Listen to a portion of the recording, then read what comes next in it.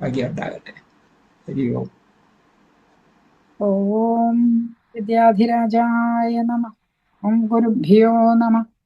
തീർത്ഥം പാപഹരം പവിത്രം അറിവിൻ സാരസ്വതം സാഗരം സാർത്ഥം നിഷ്കളമാത്മബോധമഖിലാണ്ട പ്രേമ പൂർണാകരം ദീപ്തം പാദയുഗം പ്രകാശനിലയം സച്ചിത് സുഖത്തിൻ പദം സത്യജ്ഞാനബലം തരുന്നൊരഭയം ശ്രീനീലകണ്ഠൻ ഗുരു.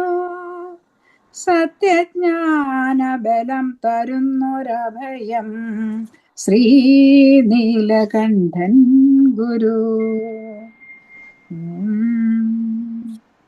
33ാമത്തെ ശ്ലോകം. സർവാവാസോऽപി വിഷ്ണുർദ്വിജപദനളിനഃ പ്രേപ്സു ലോകോപകൃത്യൈ ശ്രീവല്ലാവാസ ഇത്യാഹുരിഹതു പരചിത് പ്രക്രിയാ സത്കൃതാന്താഃ യം ദൃഷ്ട്വാ യത്പദേ പൈതൃകവിധിമപി കൃത്വാമൃതത്വം ഭജന്തെ സർവേ സർവേഷ്ടയേഷോവതു ബഹുകൃപയാസ്മാൻ ഗദാഭൃത്സ്വരൂപഃ.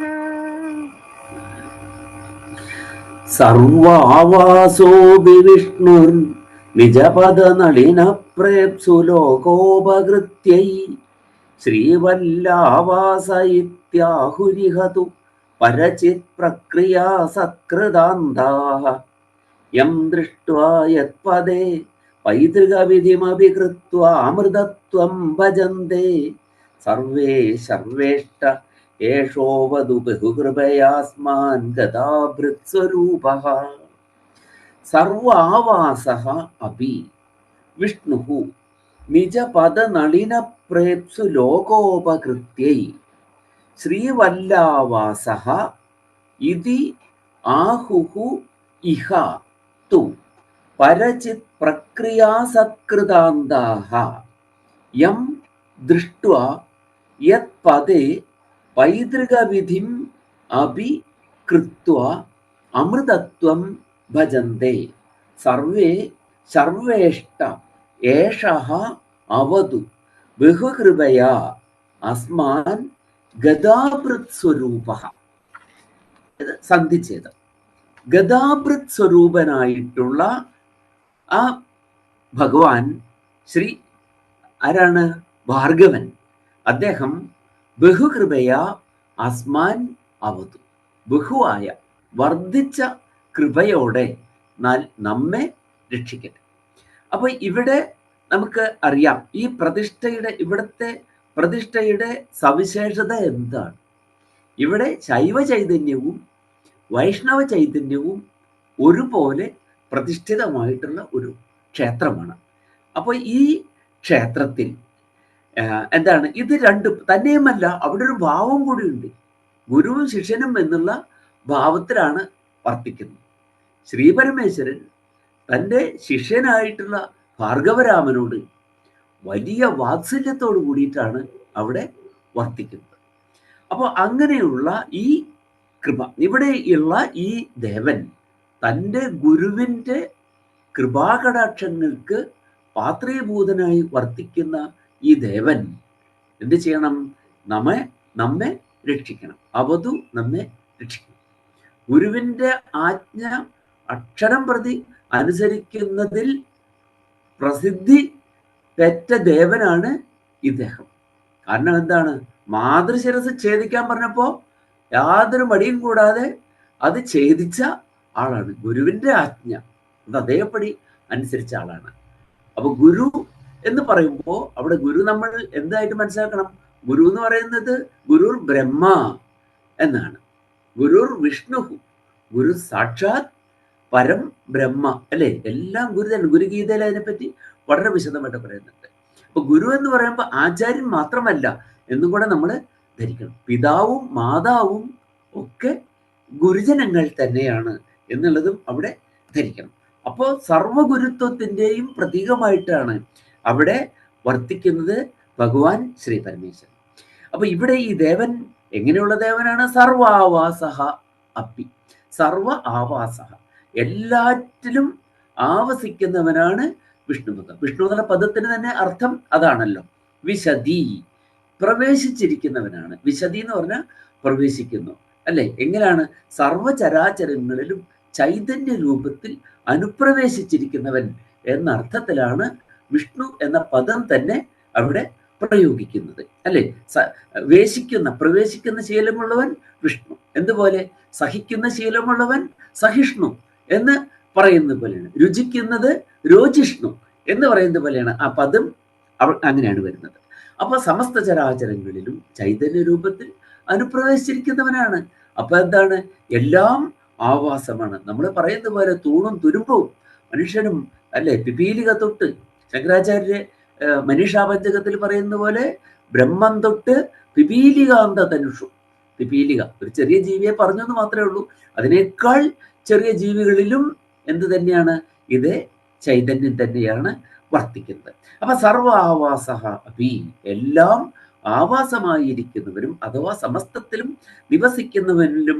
നിവസിക്കുന്നവൻ ആണെങ്കിൽ പോലും വിഷ്ണുഹു, വിഷ്ണു ഭഗവാൻ, ഇഹ ഹിയർ, ഇവിടെ നിജ പദ നളിന പ്രേപ്സു ലോകോപകൃത്യൈ ശ്രീവല്ല ആവാസഹ, ശ്രീവല്ല ക്ഷേത്രത്തിൽ ആവാസം സവിശേഷമായ സാന്നിധ്യത്തോടു കൂടി വർത്തിക്കുന്നു. അത് എന്തിനു വേണ്ടിയിട്ടാണ് അങ്ങനെ വർത്തിക്കുന്നത്? അത് ജനങ്ങൾക്ക് ഉപകൃതി ചെയ്യുന്നതിന് വേണ്ടിയിട്ട്, ഉപകാരം ചെയ്യുന്നതിന് വേണ്ടിയിട്ടാണ്. എങ്ങനെയാണ്? ജനങ്ങൾ, നമ്മളൊക്കെ ഊനപ്രഭാവന്മാരായതുകൊണ്ട് നമുക്ക് എന്ത് ചെയ്യാൻ പറ്റില്ല? ഒരു യോഗിയെ പോലെ ഉള്ളൊരു ദർശനം നമുക്ക് ഇല്ല. അതുകൊണ്ടാണ് നമുക്ക് എന്ത് ചെയ്യേണ്ടി വരുന്നത്? അവിടങ്ങളിൽ പോകേണ്ടതായിട്ട് വരുന്നത്. ഒരു യോഗിയാണെങ്കിൽ യോഗിക്ക് എവിടെയും പോകേണ്ട ആവശ്യമില്ല അല്ലെ. അദ്ദേഹം സന്ധ്യാകർമ്മങ്ങൾ തന്നെ അല്ലെ, കാക്കശ്ശേരി ഭട്ടതിരിയോട് ചോദിക്കുന്നുണ്ട്, അങ്ങ് എന്തുകൊണ്ടാണ് സന്ധ്യാവന്ദനം ചെയ്യാത്തത്? സന്ധ്യാവന്ദനം ചെയ്യാത്ത എന്തുകൊണ്ടാണ്?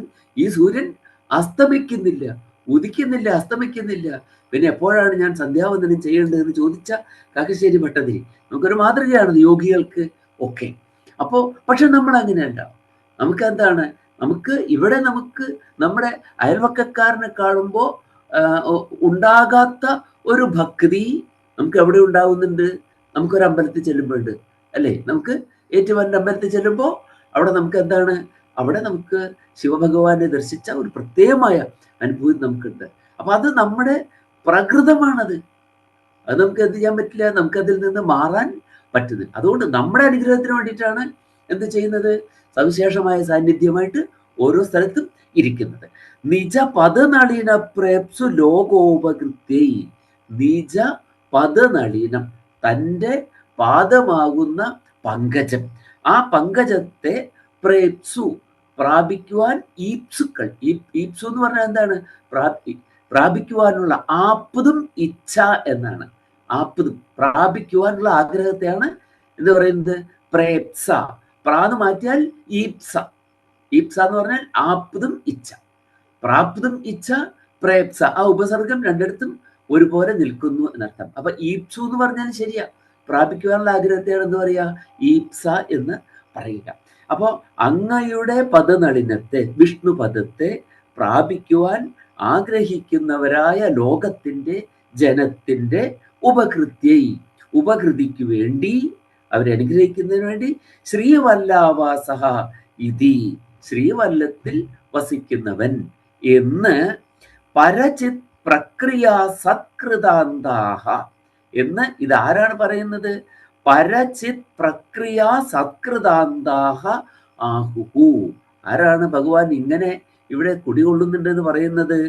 പരചിത് പ്രക്രിയാ സത്കൃതാന്തഹ, പരമമായ ചിത്തിന്റെ പ്രക്രിയയാൽ സത്കൃതമായ അന്തരംഗത്തോട് കൂടിയവർ പറയുന്നു. സത്കൃതമായ അന്തത്തോട് കൂടിയ ആളുകളാണ് ഇങ്ങനെ പറയുന്നത്. എങ്ങനെയുള്ളവരാണ്? അവരും സംശുദ്ധ അന്തരംഗന്മാരാണ്. സംശുദ്ധമായ അന്തരംഗത്തോട് കൂടിയവർ അല്ലെ. അന്തരംഗം എന്താണ്? അന്തരംഗം പലരും പറയുമ്പോൾ അന്തരംഗം എന്നായി പോവും. അന്തരംഗം എന്ന് പറഞ്ഞാൽ അവസാനത്തെ രംഗം എന്നാണ് അർത്ഥം. അപ്പൊ എന്ത് വേണം? അന്തരംഗം. അവിടെയാണ് പദങ്ങൾ ഉച്ചരിക്കുന്നതിലുള്ളതായ വ്യത്യാസം.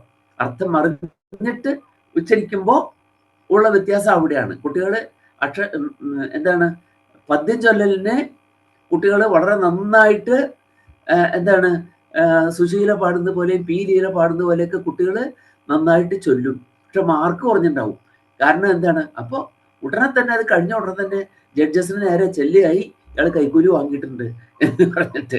പക്ഷെ എന്തുണ്ടാവില്ല, ഈ പദങ്ങൾ ഇതുപോലെ അവർ ചൊല്ലുന്ന കേൾക്കുമ്പോൾ കുട്ടിക്ക് അർത്ഥം മനസ്സിലായിട്ടുണ്ട് അല്ലെങ്കിൽ മനസ്സിലായിട്ടില്ല എന്നുള്ളത് ചൊല്ലുന്ന കേൾക്കുന്ന ആൾക്ക് അറിയുന്ന ആൾക്ക് മനസ്സിലാവും. അപ്പൊ അന്തരംഗം എന്ന് കുട്ടി ചൊല്ലിയിട്ടുണ്ടെങ്കിൽ അപ്പൊ പോയിണ്ടാവും അരമാർക്ക് അവിടെ. അന്തരംഗം എന്ന് പറഞ്ഞ് ചൊല്ലിയ കുട്ടിയുടെ ചൊല്ലലിൽ രാഗം ഇത്തിരി പോയിട്ടുണ്ടെങ്കിലും, കാരണം രാഗത്തിന് അവിടെ പ്രസക്തി ഇല്ല, അർത്ഥഗ്രഹണമാണ് അവിടെ വേണ്ടത്. അർത്ഥങ്ങളെ മനസ്സിലാക്കി പദങ്ങളെ ശരിയായി ഉച്ചരിക്കുകയാണ് അവിടെ ആവശ്യമുള്ളത്. അപ്പൊ അവിടെ നോക്കുന്നത് എന്താണ്, മറ്റുള്ളതൊക്കെ ബാഹ്യമോടി പോലെയാണ്. ഒരു നൃത്തം ചെയ്യണ സമയത്ത് കുട്ടി എങ്ങനെയാണ്, കുട്ടി ഭാവഭാവങ്ങൾ കുട്ടിയിൽ വന്നിട്ടുള്ളത് എന്നാണ് നോക്കുന്നത്. ബാക്കി അതൊന്നുകൂടെ പറയാം സാർ. ആ അന്തരംഗം അന്തരാംഗം ആണോ?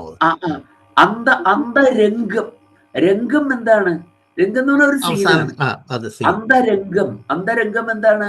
അവസാനത്തെ സീൻ, ലാസ്റ്റ് സീൻ എന്നാണ് അർത്ഥം. അന്തരംഗം, അംഗം അതെന്താണ്? അതാണ് നമ്മുടെ അന്തരാത്മാവ് എന്ന് പറയുന്നത്. അപ്പോ അന്തരംഗം എന്ന് പറയുന്ന കുട്ടിക്ക് എന്തില്ല, ഈ അർത്ഥബോധം ഇല്ല. അവസാനത്തെ രംഗം എന്നാണ് കുട്ടി ചൊല്ലിയത്. അന്തരംഗം എന്ന് പറയുന്ന കുട്ടി അത് മനസ്സിലാക്കി ചൊല്ലുന്ന കുട്ടിയാണ്. അപ്പൊ ഇങ്ങനെയുള്ള പ്രശ്നങ്ങളൊക്കെ സാധാരണ ഉണ്ടാവാറുണ്ട്. അപ്പൊ യുവജനോത്സവം വരാൻ പോവാണ്. ഇനി ശരിക്ക് നീതിയുക്തമായിട്ട് മാർക്കിടുന്ന ജഡ്ജസ് ചീത്ത കേൾക്കാൻ പോവുകയാണ്. പത്രക്കാർക്കും ഇത് മനസ്സിലാവില്ല, അവരും ആ ഭാഗത്ത് ചേർന്നങ്ങ് പിടിക്കും. ചുരുക്കം പറഞ്ഞാൽ അക്ഷരശ്ലോകത്തിന് അല്ലെങ്കിൽ എന്താണ് പദ്യം ചൊല്ലലിന് ഒക്കെ കുട്ടികൾ ആളെ കിട്ടാത്ത അവസ്ഥയിലേക്ക് വരും അല്ലേ? പലതൊക്കെ വരുമ്പോൾ നമ്മുടെ സോപാന സംഗീതമൊക്കെ വരുമ്പോൾ, അല്ലെങ്കിൽ അഷ്ടപതി യുവജനോത്സവത്തിന് മാർക്കിടാൻ പോകുമ്പോൾ ഇതിന് മാർക്കിടാനുള്ള യോഗം ഉണ്ടാവരുതേ എന്ന് പ്രാർത്ഥിച്ചിട്ട് പോകുന്ന ആളാണ് ഞാൻ. കാരണം എന്താ വെച്ചാൽ നമ്മൾ ഈ കുട്ടികളെ എന്ത് തെറ്റുവരുത്തുമെന്ന് നോക്കിയിട്ടാണ് അവിടെ ഇരിക്കുന്നത്. കാരണം അവിടെ വരുമ്പോൾ കുട്ടികൾ സെലക്റ്റഡ് ആയിട്ടുള്ള കുട്ടികളാണ് ഈ വരുന്നതേ. ഒരു സംസ്ഥാനത്ത് നമ്മൾ സെലക്ട് ചെയ്തിട്ടുള്ള കുട്ടികളാണ്. അവർ തമ്മിൽ എന്തുണ്ടാവില്ല, ഒരു വ്യത്യാസവും പലപ്പോഴും കാണില്ല. ഒരു പിഴവ് നോക്കിയിട്ടാണ് നമ്മൾ ചെറിയ കാൽമാർക്ക് കുറയ്ക്കുന്നത്. അപ്പൊ ഈ പിഴവ് നോക്കിയിരിക്കാനുള്ള ഗതികേട് വരരുത്. ഇതിനെ ആസ്വദിക്കുകയാണ് നമുക്ക് വേണ്ടത്. ഇത് കണ്ടിരിക്കാനുള്ള ഇതാണ്. അത്ര നല്ല മത്സരമാണ് അത്. ജയദേവന്റെ അഷ്ടപതി അങ്ങോട്ട് ആലപിക്കുമ്പോൾ അതിന് തെറ്റ് നോക്കി ഇരിക്കേണ്ട അതൊരു ഗതികേടാണ് വാസ്തവത്തിൽ. ഇരിക്കട്ടെ. അപ്പോ ഇങ്ങനെ അന്തരംഗന്മാരായിട്ടുള്ള ആളുകൾ വിഷ്ണു ഭഗവാൻ ഇവിടെ സവിശേഷമായ സാന്നിധ്യത്തോടു കൂടി ഇരിക്കുന്നുണ്ട് എന്ന് അവിടെ പറയുകയാണ്. അങ്ങനെയുള്ള ഈ ദേവൻ സർവേത്തു യം ദൃഷ്ട്വാ, എല്ലാ ആളുകളും യം ദൃഷ്ട്വാ, ഏതൊരു ദേവനെ കണ്ടിട്ടാണോ, ഏതൊരു ദേവന്റെ സാന്നിധ്യം അറിഞ്ഞ് അവിടെ വന്നിട്ടാണോ, ദൃഷ്ട്വ ദേവനെ കണ്ടിട്ടും, യത് പദേ പൈതൃക വിധിം കൃത്വ, ആ ദേവന്റെ സാന്നിധ്യത്തിൽ പൈതൃക വിധിം കൃത്വ. പൈതൃകം എന്ന് പറഞ്ഞാൽ പിതൃസംബന്ധികളായിട്ടുള്ളത്, പിതൃക്കൾക്ക് വേണ്ടിയിട്ടുള്ള എന്താണ് ശ്രാദ്ധ വിധികൾ അനുഷ്ഠിച്ചുകൊണ്ട്, പിതൃക്കളെ ഓർത്തുകൊണ്ട് ഇവിടെ എന്ത് ചെയ്യുന്നു, നിശ്ചിത ദിവസങ്ങളിൽ അല്ലേ, ചിലരാണ് ശ്രാദ്ധത്തിന്റെ ദിവസമാണ്. അല്ലെങ്കിൽ നമ്മൾ എന്ത് ചെയ്യാറുണ്ട്, നമ്മൾ കർക്കിടകത്തിലെ വാവ് വരുമ്പോൾ നമ്മൾ ഈ വിധിയെ അനുഷ്ഠിക്കാറുണ്ട്. അങ്ങനെ ചിലര് അനുഷ്ഠിക്കുന്നില്ല. കാരണം ചിലര് എല്ലാ ദിവസവും പിതൃവിധികൾ അനുഷ്ഠിക്കുന്നവരാണ്, ശ്രാദ്ധ വിധികൾ അനുഷ്ഠിക്കുന്നവർ. എല്ലാ ദിവസവും ചെയ്യണമെന്നാണ് ശരിക്കും നിയമം. എല്ലാ ദിവസവും ശ്രാദ്ധം അനുഷ്ഠിക്കേണ്ടതുണ്ട്. അതായത് പഞ്ചമഹായജ്ഞങ്ങൾ. ഏതാണ് പഞ്ചയജ്ഞങ്ങൾ? അറിയാമല്ലോ, അധ്യാപനം, നമുക്കറിയുന്ന കാര്യങ്ങൾ മറ്റുള്ളവർക്ക് പറഞ്ഞു കൊടുക്കുക. അധ്യാപനം, ബ്രഹ്മയജ്ഞ, പിതൃയജ്ഞസ്തു തർപ്പണം, പിതൃക്കൾക്കായുള്ള യജ്ഞമാണ് തർപ്പണം എന്ന് പറയുന്നത്. അപ്പൊ തർപ്പണവും എല്ലാ ദിവസവും ചെയ്യണം. അപ്പൊ നമ്മൾ ശ്രാദ്ധം ഊട്ടണം. പക്ഷെ അതിന് എന്തില്ല, അതിന് നമുക്ക് പറ്റുമെങ്കിൽ പറ്റുന്നത്ര ആളുകളെ കൂട്ടിക്കൊള്ളൂ. പിതൃക്കളുടെ പേരിലാണ്. കാരണം അന്നം എങ്ങനെയാണ്? അന്നം നമുക്ക് കൈവശം വയ്ക്കാൻ അവകാശമില്ല. വിശക്കുന്നവൻ അപ്പുറത്തുള്ളപ്പോ അന്നം കൈവശം വയ്ക്കാൻ നമുക്ക് അവകാശമില്ല എന്നാണ്, അല്ലേ? കേവലാഘോ ഭവതി കേവലാദി. കേവലം അഘം പാപമുള്ളവനാണ് കേവലാദി, തനിയെ ഭുജിക്കുന്നവൻ, താൻ തന്നെ അശിക്കുക. ആരാണ്? അപ്രചേതാഹ. അപ്രചേതാഹ ആരാണ്? അപ്രചേതാഹ മനസ്സിലാക്കാത്തവനാണ്. പ്രചേതസ്, പ്രകർഷേണ ചേതസ് എന്നുള്ളതിന് എന്താണ്? ഗ്രഹിക്കുന്ന ഒരു അർത്ഥമാണ് അവിടെ പറയുന്നത്. ഗ്രഹിക്കുക, നന്നായി ഗ്രഹിക്കുക. അപ്രചേതാഹ എന്ന് മനസ്സിലാക്കാത്ത, എന്ത് മനസ്സിലാക്കാത്തവനാണ്? വേദം അവിടെ പറയുന്നത് എന്താണ്? മറ്റുള്ളവന്റെ ദുഃഖം മനസ്സിലാക്കാത്തവൻ, വിശക്കുന്നവന്റെ വേദന മനസ്സിലാക്കാത്തവൻ. സത്യം ബ്രവീമി വധ ഇത്സതസ്യ. അവന്റെ സമ്പത്ത് അവന്റെ മൃത്യുവാണെന്നാണ് പറയുന്നത്. എത്ര മൃത്യു അവനുണ്ട്, എത്ര സമ്പത്ത് അവനുണ്ടോ അത്രയ്ക്കും അവൻ ആരായിത്തീരുന്നു? പാപിയായിത്തീരുന്നു എന്നാണ്. അപ്പൊ നമുക്ക് എന്ത് ചെയ്യാം? പിതൃക്കളുടെ പേരിൽ മറ്റുള്ളവർക്ക് ഭക്ഷണം കൊടുക്കുക. അതിന് ഇത്ര ദിവസമില്ല എന്നാണ്, അല്ലെങ്കിൽ ഇത്ര ആള് എന്നുള്ളത് ഇല്ല. നമ്മൾ സാധാരണ പറയാറുണ്ട് പിതൃകർമ്മങ്ങളൊക്കെ ആകുമ്പോൾ അത് ഒറ്റ സംഖ്യയിലാണ് എല്ലാം ചെയ്യേണ്ടത്, 1, 3, 5 ഇങ്ങനെയൊക്കെ നമ്മൾ പറയാറുണ്ട്. ഇതിനെ സംബന്ധിച്ചിടത്തോളം ഇതൊന്നുമില്ല. നിങ്ങൾ 3 പേർക്ക് ഭക്ഷണം കൊടുക്കുന്നു അല്ല, 4മതൊരാൾക്ക് കൊടുക്കാൻ പറ്റുമെങ്കിൽ 4മതൊരാൾക്ക് നിങ്ങൾ കൊടുത്തുകൊള്ളു. എത്ര കൊടുക്കാൻ പറ്റും എന്നുള്ളതാണ് ഇവിടത്തെ നമ്മുടെ മഹത്വത്തിന് നിദാനം. അതിന് നിങ്ങൾ എന്ത് വേണ്ട? അപ്പൊ അതിന് നല്ല ഭക്ഷണമൊക്കെ ഉണ്ടാക്കണ്ടേ? വേണ്ട, നിങ്ങൾ സാധാരണ ഉണ്ടാക്കുന്ന ഭക്ഷണം നിങ്ങൾ കൊടുത്താൽ മതി. ഒരാൾക്ക് കൊടുത്താൽ മതി. പിതൃക്കളെ ഓർത്തുകൊണ്ട് പിതൃസ്മരണയിൽ ഒരാൾക്ക് ഭക്ഷണം കൊടുക്കുക, സാധാരണ ഭക്ഷണം. അത് നിങ്ങൾക്ക് കൊടുക്കാൻ പറ്റില്ലേ? നിങ്ങൾക്ക് അതിനുള്ള സാമ്പത്തിക സ്ഥിതി ഇല്ലെങ്കിൽ ഒരു പാത്രം വെള്ളം പിതൃസ്മരണയിൽ നിങ്ങൾ മറ്റുള്ളവർക്ക് കൊടുത്താൽ മതി. അത് ചെയ്യാൻ ആർക്കും പറ്റും എന്നാണ്. ഒരു ഗ്ലാസ് വെള്ളം ഒരാൾക്ക് കൊടുക്കുക, ആവശ്യമുള്ള ആൾക്ക് കൊടുക്കണം കേട്ടോ. വെറുതെ പിള്ളേരുടെ ഇതുപോലെ പറയരുത്, അല്ലേ? പണ്ട് ഒരാള് പിള്ളേരോട് പറഞ്ഞു, കുട്ടികളുടെ ക്ലാസ്സിൽ പറഞ്ഞു, നമ്മൾ മറ്റുള്ളവരെ സഹായിക്കണം. ഒരു ഉദാഹരണം പറഞ്ഞു. ഇപ്പൊ റോഡ് മുറിച്ച് കടക്കാൻ പ്രയാസമുള്ള ഒരാളെ വയസ്സാളെ റോഡ് മുറിച്ച് കടക്കാൻ സഹായിക്കുക. ഇതൊക്കെ നിങ്ങൾ ചെയ്യണം. പിന്നത്തെ ക്ലാസ്സിൽ അദ്ദേഹം ചോദിച്ചു, നിങ്ങൾ ആരൊക്കെയാണ് ഇതുപോലെ ചെയ്തവര്? ഒരുപാട് പേര് പിള്ളേരുണ്ട്. എല്ലാവരും എഴുന്നേറ്റ് നിന്നു. അപ്പൊ നിങ്ങൾ എന്തൊക്കെയാണ് ചെയ്തത്? അവരെന്താ ചെയ്തത്? ഒരു വശത്ത് നിൽക്കണ വൃദ്ധനെ കണ്ടു പിടിച്ച് അപ്പുറത്തേക്ക് കടത്തി. അദ്ദേഹത്തിന് കിടക്കൊന്നും വേണ്ട. അപ്പൊ ആ വിധത്തിലാവരുത്. ആവശ്യമുള്ള ആളുകൾക്കാണ് അത് ചെയ്യേണ്ടതെന്നാണ്. അപ്പോ പിന്നെ വിശേഷ വിധിയായി നമ്മൾ ചെയ്യുന്ന പൈതൃക വിധി, യത് പദേ, ഏതൊരു ദേവന്റെ സ്ഥാനത്ത്. പദം എന്നുള്ളതിന് സ്ഥാനം എന്നർത്ഥമുണ്ടല്ലോ, വാക്ക് എന്നർത്ഥമുണ്ട്, പിന്നെന്താണ്? കാലെന്നർത്ഥമുണ്ട്. പദം എന്ന് പറയുന്നത് തന്നെ ഈ അർത്ഥത്തിൽ തന്നെയാണ്, കാല് എന്നുള്ള അർത്ഥത്തിൽ തന്നെയാണ്, അല്ലെ? കാല്. പദങ്ങൾ എന്താണ്? നമ്മുടെ ഉള്ളിലുള്ള ആശയങ്ങൾ മറ്റുള്ളവരിലേക്ക് സഞ്ചരിക്കുന്ന ഉപാധികളാണ് പദങ്ങൾ. അതുകൊണ്ടാണ് പദം എന്ന് പറയുന്നത്. ചരണം എന്ന അർത്ഥത്തിൽ തന്നെയാണ് വാക്കിന് നമ്മൾ പദം എന്ന് പറയുന്നത്, അല്ലെ? നമ്മുടെ ഉള്ളിലൊരു ആശയമുണ്ട്, അത് ഒരു പദത്തിൽ സന്നിവേശിച്ചാൽ മറ്റുള്ളവരിലേക്ക് എത്തും. അപ്പൊ യത് പദേ പൈതൃക വിധിം കൃത്വ, പിതൃക്കൾക്കായിട്ടുള്ള വിധികൾ അനുഷ്ഠിച്ചിട്ട് അമൃതത്വം ഭജന്തേ കൃത്വ അഭി, അതിനെ ചെയ്തിട്ടും അമൃതത്വം ഭജന്തേ, അമരതയെ ഭജിക്കുന്നുവോ. അപ്പൊ ഇവിടെ ഈ ദേവന്റെ പദത്തിൽ വന്ന് പൈതൃക വിധികൾ അനുഷ്ഠിച്ചുകൊണ്ട് ആളുകൾ എന്ത് ചെയ്യുന്നു? അതിലൂടെ ആളുകൾ അമൃതത്വത്തെ ഭജിക്കുന്നു. ഈ ദേവൻ എങ്ങനെയുള്ള ദേവനാണ്? ശർവേഷ്ട ഏഷഃ. ശർവൻ ആരാണ്? ശിവൻ, അല്ലെ? ഈശ്വര സർവ ഈശാനഃ, ഗിരീശോ മൃഡഃ. ഈശ്വരൻ, ഈശൻ, ശർവൻ, ഈശാനൻ, ഇതൊക്കെ ശിവന്റെ പര്യായങ്ങളാണ്. അപ്പോ സർവനായിരിക്കുന്ന ദേവന് ഇഷ്ടനായിരിക്കുന്ന, ഇഷ്ടപ്പെട്ടവൻ, പ്രിയപ്പെട്ടവൻ, വത്സലനാണ്, വാത്സല്യത്തോട് കൂടിയവനാണ്.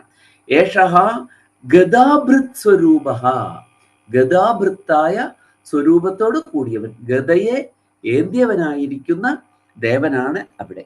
ഗദാഭൃത് സ്വരൂപഃ അയം ദേവഃ ബഹുകൃപയാ, വർദ്ധിച്ച കൃപയോടെ, അസ്മാൻ അവതു, നമ്മെ രക്ഷിക്കട്ടെ എന്നാണ്. അപ്പൊ ഇത് നമുക്കറിയാം എവിടെയാണ്? തിരുവനന്തപുരം ജില്ലയിലാണ് ഈ സ്ഥാനം ഉള്ളത്. ശ്രീവല്ലം എന്ന് പറയുന്നതായ ഈ ക്ഷേത്രം. അവിടെ ശിവനും പരശുരാമനും ഒരേപോലെ പ്രതിഷ്ഠിക്കപ്പെട്ടിരിക്കുന്നതാണ്. ശിവനും പരശുരാമനുമാണ്. അപ്പൊ അവിടെ ഗുരുവും ശിഷ്യനുമാണ് ശരിക്കും. അപ്പൊ ഗുരുവിനും ശിഷ്യനും എന്താണ്? ഒരാളുടെ മനസ്സിൽ ഭക്തിയും ഒരാളുടെ മനസ്സിലെ വാത്സല്യവും. ഇങ്ങനെയാണല്ലോ. രതിയാണ് ശരിക്കും, രതിഭാവമാണ് അല്ലെ? രതി എന്നുള്ള ഭാവത്തിന്റെ 3 ഭാവങ്ങൾ വരും. നമ്മളതിനെപ്പറ്റി പറഞ്ഞിട്ടുണ്ടാവും ചിലപ്പോ, ഏതെങ്കിലും ശ്ലോകത്തിൽ നമ്മൾ പറഞ്ഞിട്ടുണ്ടാവും എന്ന് എനിക്ക് തോന്നുന്നത്. രതിക്ക് 3 എന്താണ് രസ്യമാനമായ അവസ്ഥ വരും, ആസ്വദിക്കപ്പെടുന്ന അവസ്ഥ വരും. രതി എന്ന് പറഞ്ഞാൽ എന്താണ്? രഥമായിരിക്കുക എന്നാണ് അർത്ഥം. രഥമാവുക എന്ന് പറഞ്ഞാല് മുഴുകി ഇരിക്കുക. നമ്മുടെ മനസ്സ് എന്തിൽ മുഴുകിയിരിക്കുന്നു അതിലാണ് നമുക്ക് എന്തുള്ളത്? രതി ഉള്ളത് അല്ലെ? മനസ്സ് എന്തിനാണ് മുഴുകിയിരിക്കുക? അത് 3 ഭാവങ്ങളിലാണ്. ഒന്ന് എന്താണ്? ഒരു അമ്മയുടെ മനസ്സ് അല്ലെങ്കിൽ അച്ഛന്റെ മനസ്സ് എന്താണ്? ശിശുവിനെ പറ്റി പറഞ്ഞാൽ കുട്ടി, ആ കുട്ടിയെ പറ്റി പറയുമ്പോൾ കുട്ടിയെ പറ്റി തന്നെ ഇങ്ങനെ പറഞ്ഞുകൊണ്ടിരിക്കും അമ്മമാരെ. കാരണം എന്താണ്? അവരുടെ മനസ്സ് ആ കുഞ്ഞിന്റെ ക്രീഡകളിലും സ്വരൂപത്തിലും മുഴുകിയിരിക്കും. അപ്പൊ അമ്മയ്ക്ക് കുഞ്ഞിനോട് എന്തുണ്ട്? അമ്മയ്ക്ക് കുഞ്ഞിനോട് രതി എന്ന് പറയുന്ന ഭാവമുണ്ട്, രതിഭാവമുണ്ട്. മനസ്സ് അതിൽ രഥമായി ഇരിക്കും. ആ രതി എന്ന് പറയുന്നത് എന്താണ്? അത് വാത്സല്യമാണ് ആ രതി അല്ലെ? കുഞ്ഞിനെ കണ്ടാൽ അതിനെ മാറിനോട് അണയ്ക്കും, ചേർത്ത് അണയ്ക്കും. വത്സം, വത്സം മാരടമാണ്, ശ്രീവത്സം. നമ്മുടെ ഭഗവാന്റെ ഒരു എന്താണ് ശ്രീവത്സം എന്ന് പറയുന്ന അടയാളം പറയുന്നില്ലേ? വത്സം എന്നൊരു മാരടം എന്നൊരു അർത്ഥമുണ്ട്. വത്സത്തിലേക്ക് മാറോട് അണയ്ക്കുന്ന ആ ഭാവത്തെയാണ് എന്ത് പറയുക? വത്സലഭാവം, വാത്സല്യം എന്ന് പറയാം. അപ്പൊ അമ്മയുടെ ശിശുവിനോടുള്ള രീതി എന്താണ്? വാത്സല്യം ആണ്. അതുപോലെ എന്താണ്? ഒരു ഭക്തൻ, ഈശ്വരന് ശരിക്കുള്ള ഭക്തൻ ഈശ്വരന്റെ ഭാവങ്ങളിൽ അങ്ങനെ മുഴുകിയിരിക്കും. ഈശ്വരൻ എല്ലാം ഭഗവാന്റെ വാത്സല്യം തന്നെ എന്നിങ്ങനെ ഭഗവാന് ഇങ്ങോട്ടുള്ളത് വാത്സല്യം, നമുക്ക് അങ്ങോട്ടുള്ളത് ഭക്തി, ഭജിക്കുന്ന ഭാവം അല്ലെ? പൂജിക്കുന്ന ഭജിക്കുന്ന ഭാവമാണ് ഭക്തി എന്ന് പറയുന്നത്, ഭജതി എന്നുള്ളത്. അപ്പോ എന്താണ്? അതും അതെ. അതുപോലെ ഒരു നല്ല ഒരു സേവകൻ, രാജാവിന്റെ സേവകൻ, രാജാവിനോട് എന്തുണ്ട്? ഭക്തിയുണ്ട്. ഭഗവാനെ പറ്റി പറഞ്ഞാൽ, രാജാവിനെ പറ്റി പറഞ്ഞാൽ 100 നാവോടുകൂടി അദ്ദേഹം സംസാരിക്കും. കാരണം എന്താണ്? അദ്ദേഹത്തിൽ മനസ്സ് മുഴുകി ഇരിക്കുന്നു, രഥമായി ഇരിക്കുന്നു. അതിനെയാണ് എന്താ പറയുന്നത്? അത് എന്താണ്? അത് ഭക്തി, അത് രതിയാണ്, അത് ഭക്തിയാണ്. അപ്പൊ രണ്ടായിട്ട് മാറുന്നു. പിന്നെ ഒരു രതി എന്താണ്? കാമുകി കാമുകന്മാർക്ക് പരസ്പരമുള്ളതായ ഭാവം. കാമുകി എപ്പോഴും കാമുകന്റെ ആ ഭാവങ്ങളിൽ എങ്ങനെ മുഴുകിയിരിക്കും, കാമുകൻ തിരിച്ച് ഇങ്ങോട്ടും. പക്ഷെ അതെന്താണ്? അത് ഈ പറയുന്ന വാത്സല്യത്തിലോ ഭക്തിയിലോ അല്ല പരിണമിക്കുന്നത്. അതെന്തായിട്ടാണ് പരിണമിക്കുന്നത്?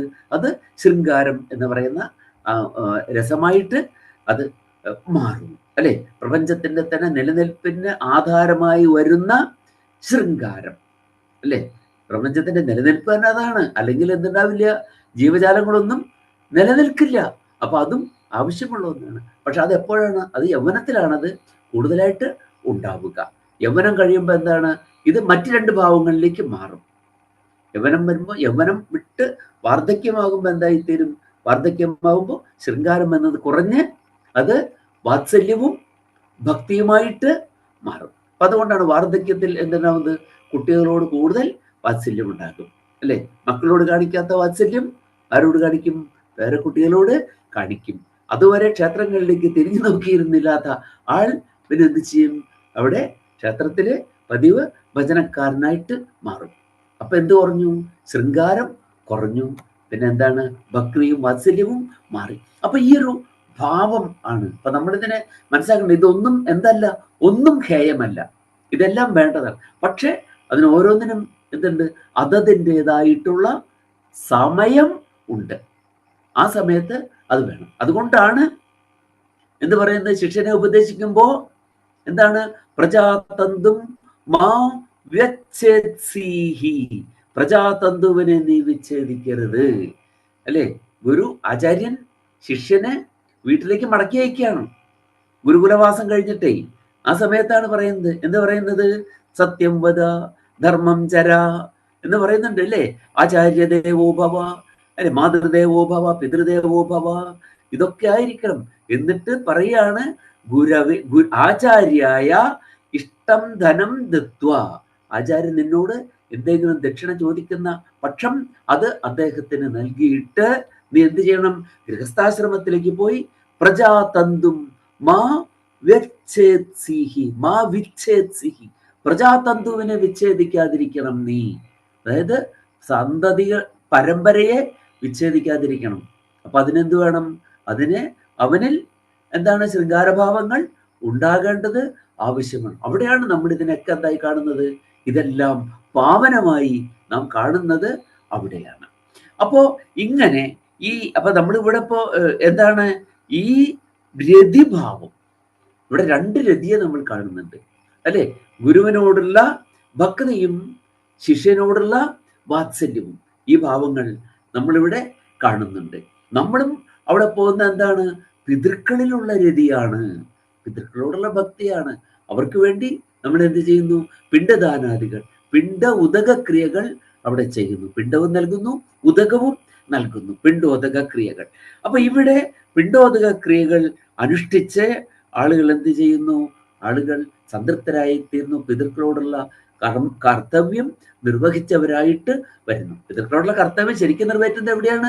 സന്തതികളിലൂടെയാണെന്നാ പറഞ്ഞിട്ടുള്ളത് അല്ലേ? നമുക്ക് ആരോടൊക്കെയാണ് കടങ്ങൾ? ഋണത്രയം നമുക്കുണ്ട്, 3 ഋണങ്ങളുണ്ട്. ഒന്ന് ദേവന്മാരോട് ഋണമുണ്ട്, നമുക്ക് ഋഷികളോട് ഋണമുണ്ട്, പിതൃക്കളോടും ഋണമുണ്ട്. കടം, ദേവന്മാരോടുള്ള കടം നമ്മൾ എന്താണ്? അതിനാണ് നമുക്ക് നമ്മുടെ പൂജാവിധികളും പ്രാർത്ഥനാദികളും ഒക്കെ യജ്ഞകർമ്മങ്ങളൊക്കെ നമുക്ക് ഉള്ളത്. പിന്നെ ഋഷിമാരോടുള്ള ഋണം എങ്ങനെയാണ് വീടുന്നത്? മഹർഷിമാരാണ്, ദർശനമുള്ളവരാണ്.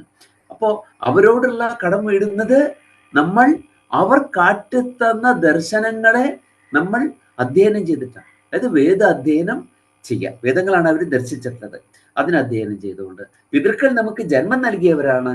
നമുക്ക് കിട്ടിയിട്ടുള്ള എല്ലാറ്റിനും നമ്മൾ കടപ്പെട്ടിരിക്കുന്നു. എന്തൊക്കെ കിട്ടിയിട്ടുണ്ട് അതിനെല്ലാം നമ്മൾ കടപ്പെട്ടിരിക്കുന്നു. ആ ഋണം മുഴുവൻ നമ്മൾ വീട്ടണം. അപ്പൊ നമുക്ക് എന്ത് കിട്ടി? ജന്മം നമുക്ക് കിട്ടിയിട്ടുണ്ട്. ആ ജന്മത്തിനുള്ള കടം വീടണമെങ്കിൽ എന്ത് വേണം? ജന്മം നൽകണം, ജന്മം കൊടുക്കണം. അപ്പോൾ അതാണ് നമ്മൾ ചെയ്യേണ്ടത്. അപ്പൊ സന്തതികളില്ലാത്ത ആളുകളില്ലേ? ഉണ്ടാകാത്ത ആളുകളില്ലേ? അപ്പൊ അവർക്ക് ഈ കടം വീടില്ലല്ലോ എന്ന് ശങ്കിക്കുകയൊന്നും വേണ്ട. സന്തതികൾ എത്ര വിധത്തിലുണ്ട്? സന്തതികൾ പല വിധത്തിൽ ഉണ്ട്. പിതൃത്വം പറയുമ്പോൾ പിതാവ്, ആരൊക്കെയാണ് പിതാക്കന്മാർ എന്ന് പറയുന്നത്? ജനിതാച്ച ഉപനേതാച്ച യസ്തു വിദ്യാം പ്രയച്ഛതി അന്നദാത ഭയത്രാത പഞ്ചൈതേ പിതരസ്മൃതാഹ. ഇത് 5ഉം പിതാക്കന്മാരാണ്. ആരാണ്? ഒന്ന് ജനിതാരവും ജനിതാർഹ. ജനിതാവ് ജന്മം നൽകുന്നവൻ. ഈ തൃച്ച് കണ്ടാൽ എന്ത് മനസ്സിലാക്കിക്കൊള്ളണം? അത് ചെയ്യുന്നത് എന്ന് അർത്ഥം നമ്മൾ മനസ്സിലാക്കിക്കൊള്ളണം അല്ലെ? ജനിതൃ ജന്മം നൽകുന്നവൻ അല്ലെ? രക്ഷിതൃ രക്ഷ ചെയ്യുന്നവൻ. കവിതൃ കവനം ചെയ്യുന്നവൻ. കവിതാവ് എന്ന് പറയാം കവിയെ. അതിന്റെ സ്ത്രീലിംഗം കവിത്രി എന്നാണ്. കവയിതാവിന്റെ സ്ത്രീലിംഗമാണ് കവയിത്രി എന്ന് പറയുന്നത്. അപ്പോ ജനിത ജന്മം നൽകുന്നവൻ. ഉപനേത ഉപനയനം ചെയ്യുന്നവൻ, ധാർമ്മിക ജീവിതത്തിലേക്ക് കൊണ്ടുവരുന്നവൻ. യസ്തു വിദ്യാം പ്രയച്ഛതി വിദ്യാപ്രദാനം ചെയ്യുന്നവൻ. അന്നദാത അന്നത്തിന് ദാനം ചെയ്യുന്നവൻ. ഭയത്രാത ഭയങ്ങളിൽ നിന്ന് രക്ഷിക്കുന്നവൻ. ഇത് 5ഉം പിതാക്കളാണെന്നാണ് പറഞ്ഞിട്ടുള്ളത്. എന്ന് പറഞ്ഞാൽ അതിന്റെ അർത്ഥം എന്താണ്? ഇത് 5ഉം പിതാവിന്റെ ധർമ്മമാണ് എന്നാണ്. ഇതിലേതെങ്കിലും 1, 2, 3, 4, 5 ചെയ്യാൻ പറ്റാത്തയാൾ എന്ത് ചെയ്യണം? അതിനുള്ള സംവിധാനം ഒരുക്കണം. അത് ചെയ്തു കൊടുത്താൽ മതി. സംവിധാനം ചെയ്തു കൊടുത്താൽ എല്ലാവർക്കും ഉപനയനം ചെയ്യിക്കാൻ പറ്റുമോ? ഇല്ല. അപ്പൊ ഉപനയനം ചെയ്യിക്കാൻ പറ്റിയ ആചാര്യനെ കണ്ടുപിടിച്ച് ഉപനയനം ചെയ്യിക്കണം. എല്ലാവർക്കും വിദ്യാപ്രദാനം ചെയ്യാൻ പറ്റിക്കൊള്ളണമെന്നില്ല, ചെയ്യിക്കണം. അതാണ് നമ്മൾ കുട്ടികളെ സ്കൂളിലേക്കും കോളേജുകളിലേക്കൊക്കെ വിടുന്നത്. അപ്പോ അതിനുള്ള സംവിധാനം ചെയ്യാം. അപ്പൊ ജന്മം നൽകാൻ പറ്റാത്ത ആളോ അതിനുള്ള സംവിധാനം ചെയ്യണം. ജന്മം കൊടുക്കാൻ പറ്റില്ലെങ്കിൽ അതിനുള്ള സംവിധാനം ചെയ്യണം. അത് എവിടെയെങ്കിലും ചെയ്തിട്ടുണ്ടോ? ചെയ്തിട്ടുണ്ട്. എവിടെ? ഇതൊക്കെ നമുക്ക് കാട്ടി തന്നിട്ടുണ്ട്. നമ്മുടെ ഇതിഹാസ പുരാണങ്ങളിലൂടെ ഇത് മുഴുവൻ നമുക്ക് കാട്ടി തന്നിട്ടുണ്ട് എങ്ങനെ ചെയ്യണം എന്നുള്ളത്. ജന്മം നൽകാൻ പറ്റാത്ത ആള്, ജന്മം നൽകാൻ പറ്റാത്തൊരു അച്ഛനെ നിങ്ങൾ കണ്ടിട്ടില്ലേ? അതിപ്രഗത്ഭനായ ഒരു പിതാവിനെ നിങ്ങൾ കണ്ടിട്ടില്ലേ? ആരാണത്? പാണ്ഡു. ഭാര്യയെ സ്പർശിക്കാൻ എന്താണ് വിധിയില്ലാതെയായ മനുഷ്യൻ, ഹതഭാഗ്യൻ അല്ലേ? കിന്തമ മഹർഷിയുടെ ശാപം. കിന്തമ മഹർഷിയുടെ ശാപം കൊണ്ട് എന്താണ്? സ്ത്രീയെ സ്പർശിക്കാൻ പറ്റാത്തവനായി തീർന്നു. സന്തതികളൊട്ട് ഉണ്ടായിട്ടുമില്ല. അപ്പൊ അദ്ദേഹം എന്ത് ചെയ്തു? അതിനുള്ള സംവിധാനം ഉണ്ടാക്കി, നിയോഗിക്കുക. കുന്തിയോട് പറഞ്ഞു, കുന്തി, നീ ആരിൽ നിന്നാണെങ്കിലും എന്ത് ചെയ്യൂ? ഗർഭം സ്വീകരിക്കൂ. ഈ അപുത്രത എന്റെ മനസ്സിനെ വല്ലാതെ വേദനിപ്പിക്കുന്നു. അതുകൊണ്ട് നിനക്കിഷ്ടമുള്ള ആരിൽ നിന്നും നീ എന്ത് ചെയ്യൂ? നീ ഗർഭം സ്വീകരിക്കൂ എന്ന് പറഞ്ഞു. അപ്പൊ എന്ത് ചെയ്തു? ആദ്യം തന്നെ എന്താണ്? ധർമ്മപുത്രനുണ്ടായി, വൈഭഗവാനിൽ നിന്ന് ഭീമസേനുണ്ടായി, ഇന്ദ്രനിൽ നിന്ന് അർജുനനുണ്ടായി. അപ്പോൾ ആലോചിച്ചു, ഈശ്വര, എന്നെ പോലെ തന്നെ പുത്ര സൗഭാഗ്യം നിഷേധിക്കപ്പെട്ട ഒരാളും കൂടി ഉണ്ടല്ലോ. അതാരാണ്? മാദ്രി അല്ലേ? കുന്തി ആലോചിച്ചു, ഏതൊരു സ്ത്രീക്കും എന്തുണ്ടാകും? അമ്മയാകണമെന്നുള്ള അദമ്യമായ അഭിനിവേശം ഉണ്ടാകും. അപ്പോൾ എന്നെ പോലെ തന്നെ ഇതാ ഒരാളും കൂടി ഉണ്ട് ഈ പാണ്ഡുവിന്റെ തന്നെ ഭാര്യയായിട്ട് അല്ലേ? അതുകൊണ്ട് എന്ത് ചെയ്തു? ഇനി ഒരു വരമേ ബാക്കിയുള്ളൂ. ആ ഒരു ദുർവാസാവണ് കൊടുത്ത കഥയൊക്കെ നിങ്ങൾക്ക് അറിയാമെന്നുള്ളതുകൊണ്ടാണ് ഞാൻ കൂടുതൽ അതിലേക്ക് പോകാത്തത്. പറഞ്ഞാൽ നമുക്ക് തീരില്ല അല്ലെങ്കിൽ. അപ്പൊ എന്താണ്? ആ ഒരു വരം എന്ത് ചെയ്തു? മാദ്രിക്ക് കൊടുത്തു. നോക്കൂ, എത്ര വലിയ ദാനമാണെന്ന് ആലോചിക്കുക. എത്ര വലിയ ദാനമാണ്! അമ്മയാകണം എന്നുള്ള അഭിനിവേശമുള്ള സ്ത്രീക്ക് അതിനുള്ള അവകാശം കൊടുക്കുക. മാദ്രിയാണെന്നുണ്ടെങ്കിലോ നമ്മളെ പോലെയല്ല. മാദ്രി എങ്ങനെയാണ്? കിട്ടിയതിനെ ശരിയായി വിനിയോഗിക്കാൻ കഴിവുള്ളവളാണ് മാദ്രി. ആ വിവേകത്തെ നമ്മൾ അംഗീകരിച്ചേ പറ്റുള്ളൂ അല്ലേ? നമ്മളെന്താ ചെയ്യുക? നമ്മളൊന്ന് കിട്ടിയാൽ നശിപ്പിക്കുകയാണ് ചെയ്യുക അല്ലേ? മകളുടെ വിവാഹത്തിന് കുറച്ച് പണമൊക്കെ ലോൺ എടുത്തു, അതുകൊണ്ട് അത്യാവശ്യ കാര്യങ്ങൾ ചെയ്യല്ല ചെയ്യുന്നത്. അതിലെന്ത് ചെയ്തു? അതില് 1,00,000 രൂപ ആർക്ക് കൊടുത്തു? വീഡിയോഗ്രാഫർക്ക് കൊടുത്തു. പിന്നെ എന്താണ്? പിന്നെ ഇങ്ങനെ ഈ പറയുന്ന പോലെ വിവാഹത്തിന്റെ തലേ ദിവസം ബാച്ചലർ പാർട്ടി നടത്തി ബാക്കി 1,00,000 തീർത്തു. സംഗതി തീർന്നു. ഇനി കാര്യം നടക്കണമെങ്കിൽ പണം വേണം. ഇതുപോലെയല്ല മാദ്രി. എന്താണ്? ഒന്ന് കിട്ടിയതിനെ പരമാവധി ഉപയോഗിച്ചു അല്ലെ? ഇരട്ടകളായ അശ്വിനി ദേവതകളിൽ നിന്ന് 2 വരം, 2 പുത്രന്മാരെ അവൾ നേടുകയും ചെയ്തു. കിട്ടിയതിനെ ശരിയായി വിനിയോഗിക്കുന്നതിന് ഉത്തമമായ ദൃഷ്ടാന്തമാണ് മാദ്രി ദേവി. അതുപോലെ ദയയുടെ എന്താണ് പാരമ്യമാണ് കുന്തി ദേവി. അല്ലെങ്കിൽ എന്താണ്? ഒരു ഭർത്താവിന് 2 ഭാര്യമാരെ, അവൾക്ക് പിള്ളേരൊന്നും വേണ്ട. അപ്പൊ ഭർത്താവിന് എന്തുണ്ടാവും? എന്നോട് സ്നേഹവും പൂർണ്ണമായിട്ട് എന്ന് വിചാരിക്കും അല്ലേ? അങ്ങനെയല്ല ചെയ്തത്. അവളും എന്താകട്ടെ? അവളും പുത്രവതിയാകട്ടെ എന്ന് നിശ്ചയിച്ച മഹാവനിതയാണ് കുന്തി ദേവി. ഫലമോ മാതാപിതാക്കന്മാരുടെ, പ്രത്യേകിച്ച് അമ്മമാരുടെ നല്ല ഗുണങ്ങൾ മക്കളിലേക്ക് സംക്രമിച്ചാൽ അവർ ലോകസമാരാധ്യരായിട്ട് മാറും. കുന്തി ദേവിയുടെ ഇതേ ഗുണം യുധിഷ്ഠിരനിലേക്ക് സംക്രമിച്ചപ്പോൾ അദ്ദേഹം ലോകസമാരാധ്യനായിട്ട് മാറി അല്ലേ? ഇവിടെയാണ് ഈ ഗുണം അദ്ദേഹത്തിലേക്ക് സംക്രമിച്ചതായിട്ട് നമ്മൾ കാണുന്നത്. യക്ഷപ്രശ്നം അല്ലേ? പാണ്ഡവന്മാർ കാട്ടിൽ താമസിച്ച കാലത്ത് അവരുടെ ഒരു അവസാനത്തെ വർഷമാണ് കാട്ടിലെ. അത് കഴിഞ്ഞാൽ ഒരു വർഷത്തെ അജ്ഞാതവാസം കഴിഞ്ഞാൽ രാജ്യത്തേക്ക് തിരിച്ചു ചെല്ലുമ്പോൾ അവർക്ക് അർഹതപ്പെട്ട രാജ്യം കിട്ടണം. പക്ഷെ അത് കിട്ടില്ല എന്നുള്ളത് സർവേപി ജാനന്തി, എല്ലാവർക്കും അറിയാം അത് കിട്ടില്ല എന്നുള്ളത്. അപ്പൊ എന്ത് വേണം? അപ്പൊ യുദ്ധം ചെയ്യണം, അത് വാങ്ങണം. ഇവിടെയാണ് ധർമ്മദേവൻ ഒന്ന് പരീക്ഷിക്കുന്നത്, തൻ്റെ മകനെ ഒന്ന് പരീക്ഷിക്കുന്നത്. ഇവൻ എങ്ങനെയായിരിക്കും, ഇവൻ അധികാരം വന്നാൽ എങ്ങനെയിരിക്കും എന്നുള്ളത്, ഇവന് വിവേകമുണ്ടോ എന്നറിയാനാണ് പരീക്ഷിച്ചത് ധർമ്മദേവൻ. എന്താണ് ചെയ്തത്? ഒരു ദിവസം അവരുടെ പ്രാതിവേശികൻ എന്ന് പറഞ്ഞാൽ അയൽക്കാരന്റെ അരണിയും മന്ദവും അറിയാമല്ലോ അല്ലെ? അഗ്നി ഉണ്ടാക്കുന്ന പ്രണീതം ഉണ്ടാക്കിയെടുക്കുന്ന പ്രകൃഷ്ടമായ രീതിയിൽ അരണി കടഞ്ഞ് എടുക്കുന്ന അഗ്നി പ്രണീതം. ആ അഗ്നി ഉണ്ടാക്കുന്ന ആ കടകോലും മന്ദവും രണ്ടും കൂടി എന്ത് ചെയ്തു? ഒരു മാൻ തട്ടിക്കൊണ്ടുപോയി. ഇവരതിനെ പിന്തുടർന്നു. കഥകളൊക്കെ നമുക്ക് അറിയാം. വളരെ ദൂരം ഓടിയിട്ടും കിട്ടിയില്ല. എല്ലാവരും പരിശ്രാന്തരായി തീർന്നു. ഒരിടത്തിരുന്നു. യുധിഷ്ഠിരൻ എന്ത് ചെയ്തു? ഏറ്റവും ഇളയ അനിയൻ നകുലിനെ വിളിച്ചിട്ട് പറഞ്ഞു, നകുല, നീ പോയി കുറച്ച് വെള്ളം കൊണ്ടുവരും ചേട്ടന്മാർക്ക് കുടിക്കാൻ എന്ന് പറഞ്ഞു. നകുലൻ മരത്തിന്റെ മുകളിൽ കയറി ചുറ്റുപാടും നോക്കിയപ്പോ ദൂരെ ജലാശയമുണ്ടെന്ന് മനസ്സിലായി. അവിടെ ചെന്നു. വെള്ളം കുടിക്കാനായിട്ടുള്ള തിടുക്കമാണ്, അത്ര ദാഹമുണ്ട്. അപ്പോഴാണ് പറയുന്നത്, അയം ജലാശയ മമ പൂർവ്വ പരിഗ്രഹ. ജലാശയം എന്റേതാണ്. മമ പ്രശ്നാനാം ഉത്തരം ദത്വ തതഹ ജലം പിബ ഹരജ. എന്റെ ചോദ്യങ്ങൾക്ക് മറുപടി പറഞ്ഞിട്ട് ജലം കൊണ്ടുപോയിക്കോളൂ, കുടിക്കുകയും ചെയ്തു. ചുറ്റും നോക്കി ആരെയും കണ്ടില്ല. ദാഹമാണ്. ദാഹം അത്ര എളുപ്പമുള്ള കാര്യമല്ല. ഉടനെ ഇറങ്ങി വെള്ളം കുടിച്ച് മരിച്ചു വീണു അല്ലേ. അയാളെ കാണാതെ ബാക്കി 3 സഹോദരന്മാരും ചെന്നു. എല്ലാവർക്കും ഇതേ അനുഭവം ഉണ്ടായി. ഒടുവിൽ യുധിഷ്ഠിരൻ ചെന്നു. യുധിഷ്ഠിരൻ ചെന്ന് കഴിഞ്ഞു എന്ന് ഭീമസേനൻ ചെന്നപ്പോ എന്താണ്, എന്റേതാണ് ജലാശയം എന്ന് പറഞ്ഞപ്പോ താൻ ആരാണെന്ന് ചോദിച്ചുകൊണ്ട് ചുറ്റുഭാഗത്തേക്ക് അസ്ത്രങ്ങൾ അയക്കുകയൊക്കെ ചെയ്തത്. യുധിഷ്ഠിരൻ ചെന്നപ്പോഴെന്താണ്, അങ്ങേത് ദേവനാണ് എന്നാണ് ചോദിച്ചത്. വിവേകം. അങ്ങേത് ദേവനാണ്. താൻ ആരോടൊന്നല്ല ചോദിച്ചത്. കാരണം എന്താണ്, എന്റെ ഇത്രയും പ്രഗത്ഭരായ 4 അനുജന്മാരെ ഇങ്ങനെ പ്രേതലോകത്തേക്ക് അയക്കാൻ കഴിഞ്ഞെങ്കിൽ അങ്ങ് ആരാണ്, അങ്ങ് ഏതോ ദൈവിക ശക്തിയാണ് ചോദിച്ചോടെ. ചോദ്യങ്ങൾക്ക് ഉത്തരമൊക്കെ പറഞ്ഞു അല്ലെ, ചോദ്യങ്ങൾക്ക് മറുപടിയൊക്കെ പറഞ്ഞു. പല ചോദ്യങ്ങളും ചോദിക്കുന്നുണ്ട്, മറുപടിയൊക്കെ പറഞ്ഞു. അവസാനം സംപ്രീതനായപ്പോ പറഞ്ഞു, നിന്റെ ഈ സഹോദരന്മാരിൽ ഒരുവനെ നീ ജീവിപ്പിച്ചു കൊള്ളുക അല്ലേ. 1 കൊല്ലം കഴിഞ്ഞാൽ യുദ്ധം വരാൻ പോവുകയാണ്. ചക്രവർത്തിയാണ് യുധിഷ്ഠിരൻ. അദ്ദേഹം എന്താണ് ചെയ്യുക, യുദ്ധത്തിൽ തനിക്ക് ഏറ്റവും സഹായകമാകാവുന്ന ഒരാളെയാണ് ജീവിപ്പിക്കുക. അത് ആരെയായിരിക്കും, ഒന്നുകിൽ ഭീമസേനൻ അല്ലെങ്കിൽ അർജുനൻ. അവർക്ക് വേറൊരു ഗുണം കൂടിയുണ്ട്. അതെന്താണ്, അവർ 2 പേരും കൗന്ദേയന്മാരാണ്, കുന്തിദേവിയുടെ തന്നെ മക്കളാണ് അല്ലേ. അപ്പോൾ അവിടെ ഇന്നത്തെ ഒരു നീതി അവിടെ പ്രയോഗിക്കേണ്ടതുണ്ട്. എന്താണ് ആ നീതി? പാലായിൽ മത്സരിക്കണമെങ്കിൽ ഏത് വിപ്ലവ പാർട്ടിക്കും കത്തോലിക്കാൻ തന്നെ വേണം. അതുപോലെ ഇവിടെ എന്താണ്, ഇവിടെ കൗന്ദേയൻ തന്നെ ജീവിക്കട്ടെ എന്ന് വിചാരിക്കാം. പക്ഷെ യുധിഷ്ഠിരൻ അതല്ല പറഞ്ഞത്. നകുലോ യക്ഷ ജീവതു, നകുലൻ ജീവിക്കട്ടെ.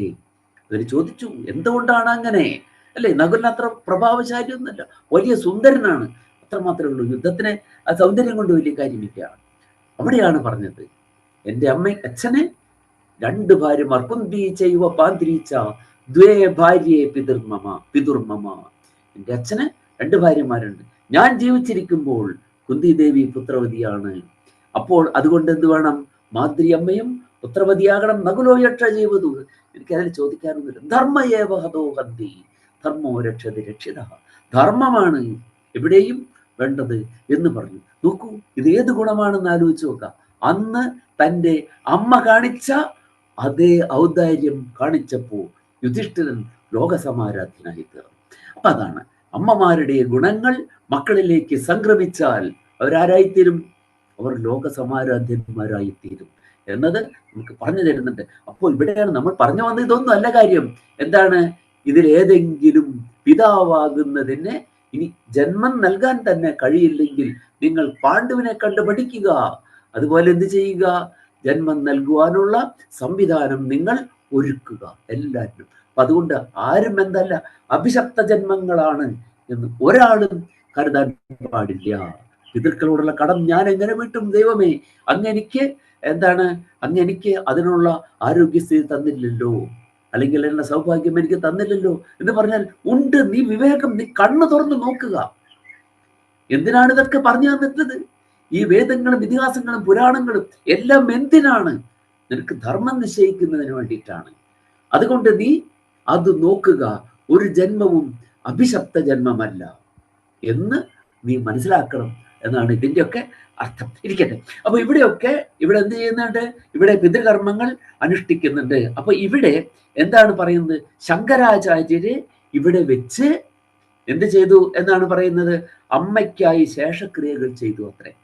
എന്നിട്ട് അദ്ദേഹം അവിടെ സമർപ്പിച്ച പിണ്ഡം, പുഴയിൽ ജലത്തിൽ സമർപ്പിച്ച പിണ്ഡം ഉടൻ തന്നെ ഒരു മത്സ്യം വന്ന് വിഴുങ്ങി എന്നാണ്, സ്വീകരിച്ചു എന്നാണ് പറഞ്ഞിട്ടുള്ളത്.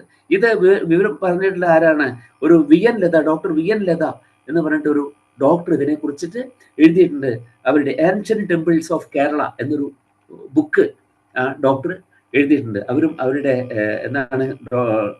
മിസ്റ്റർ കെ വാമനൻ നമ്പൂതിരി 2 പേര് കൂടി എഴുതിയിട്ടുള്ള ബുക്കാണ്. അതിലാണ് ഈ സംഗതി പറഞ്ഞിരിക്കുന്നത്. ഇത് മത്സ്യം വന്നിട്ട് ഉടനെ തന്നെ അത് വിഴുങ്ങി. അതായത് അവിടെ സമർപ്പിക്കുന്ന പിണ്ഡം ഉടൻ തന്നെ സ്വീകരിക്കപ്പെടുന്നു എന്നുള്ള ആ ഒരു വിശ്വാസം ജനങ്ങളിൽ ഉണ്ടാവാൻ ഈ സംഭവമാണ് കാരണം എന്നാണ് പറഞ്ഞിരിക്കുന്നത്.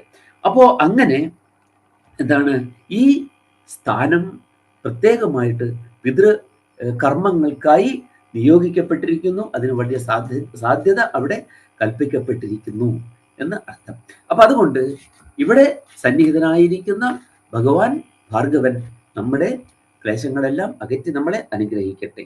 സർവാവാസോപി വിഷ്ണുർ നിജപദ നളിന പ്രേപ്സു ലോകോപകൃത്യൈ ശ്രീവല്ലാവാസ ഇത്യാഹുരിഹതു പരചിത് പ്രക്രിയാ സത്കൃതാന്താഹ യം ദൃഷ്ട്വാ യത്പദേ പൈതൃകവിധിമപി കൃത്വാ അമൃതത്വം ഭജന്തേ സർവേ സർവേഷ്ട ഏഷോവതു ബഹുകൃപയാ അസ്മാൻ ഗദാഭൃത് സ്വരൂപഃ. ഇനി അടുത്ത ശ്ലോകം ഇതും ഞാനൊന്ന് എഴുതിയത് ചൊല്ലു. എങ്ങുമെങ്ങും നിറഞ്ഞെല്ലാടവും ഗേഹമാക്കുന്ന വിഷ്ണു ഭഗവാൻ ഇവിടത്തൻ പാദപത്മം തേടി വരുന്നവർക്കഭീഷ്ടങ്ങളേകും വിധത്തിൽ തിരുവല്ലത്തെ പരശുരാമ ക്ഷേത്രത്തിൽ വിരാജിക്കുന്നുവെന്നു പറയുന്നു. പരലോക പിതൃക്കൾക്കായി കർമ്മങ്ങൾ ചെയ്തു ധന്യധന്യരായവർ. സർവജനങ്ങളുമേതൊരു ദേവദേവനെ കണ്ടിട്ടേതൊരിടത്തിൽ പിതൃകർമ്മങ്ങൾ വിധിയാം വണ്ണമനുഷ്ഠിച്ചമരത്വമാർജിക്കുന്നുവോ. ഒരു കയ്യിൽ ഗദായുധമേന്തി വിരാജിക്കുമാ ശിവപ്രിയൻ ദേവൻ ഭാർഗവരാമൻ. വർദ്ധിതമാം കൃപയോടെ നമ്മെ രക്ഷിച്ചിടട്ടെ സദാ. ശരിയാണ്, നന്നായിട്ടുണ്ട്. അഭിനന്ദനം.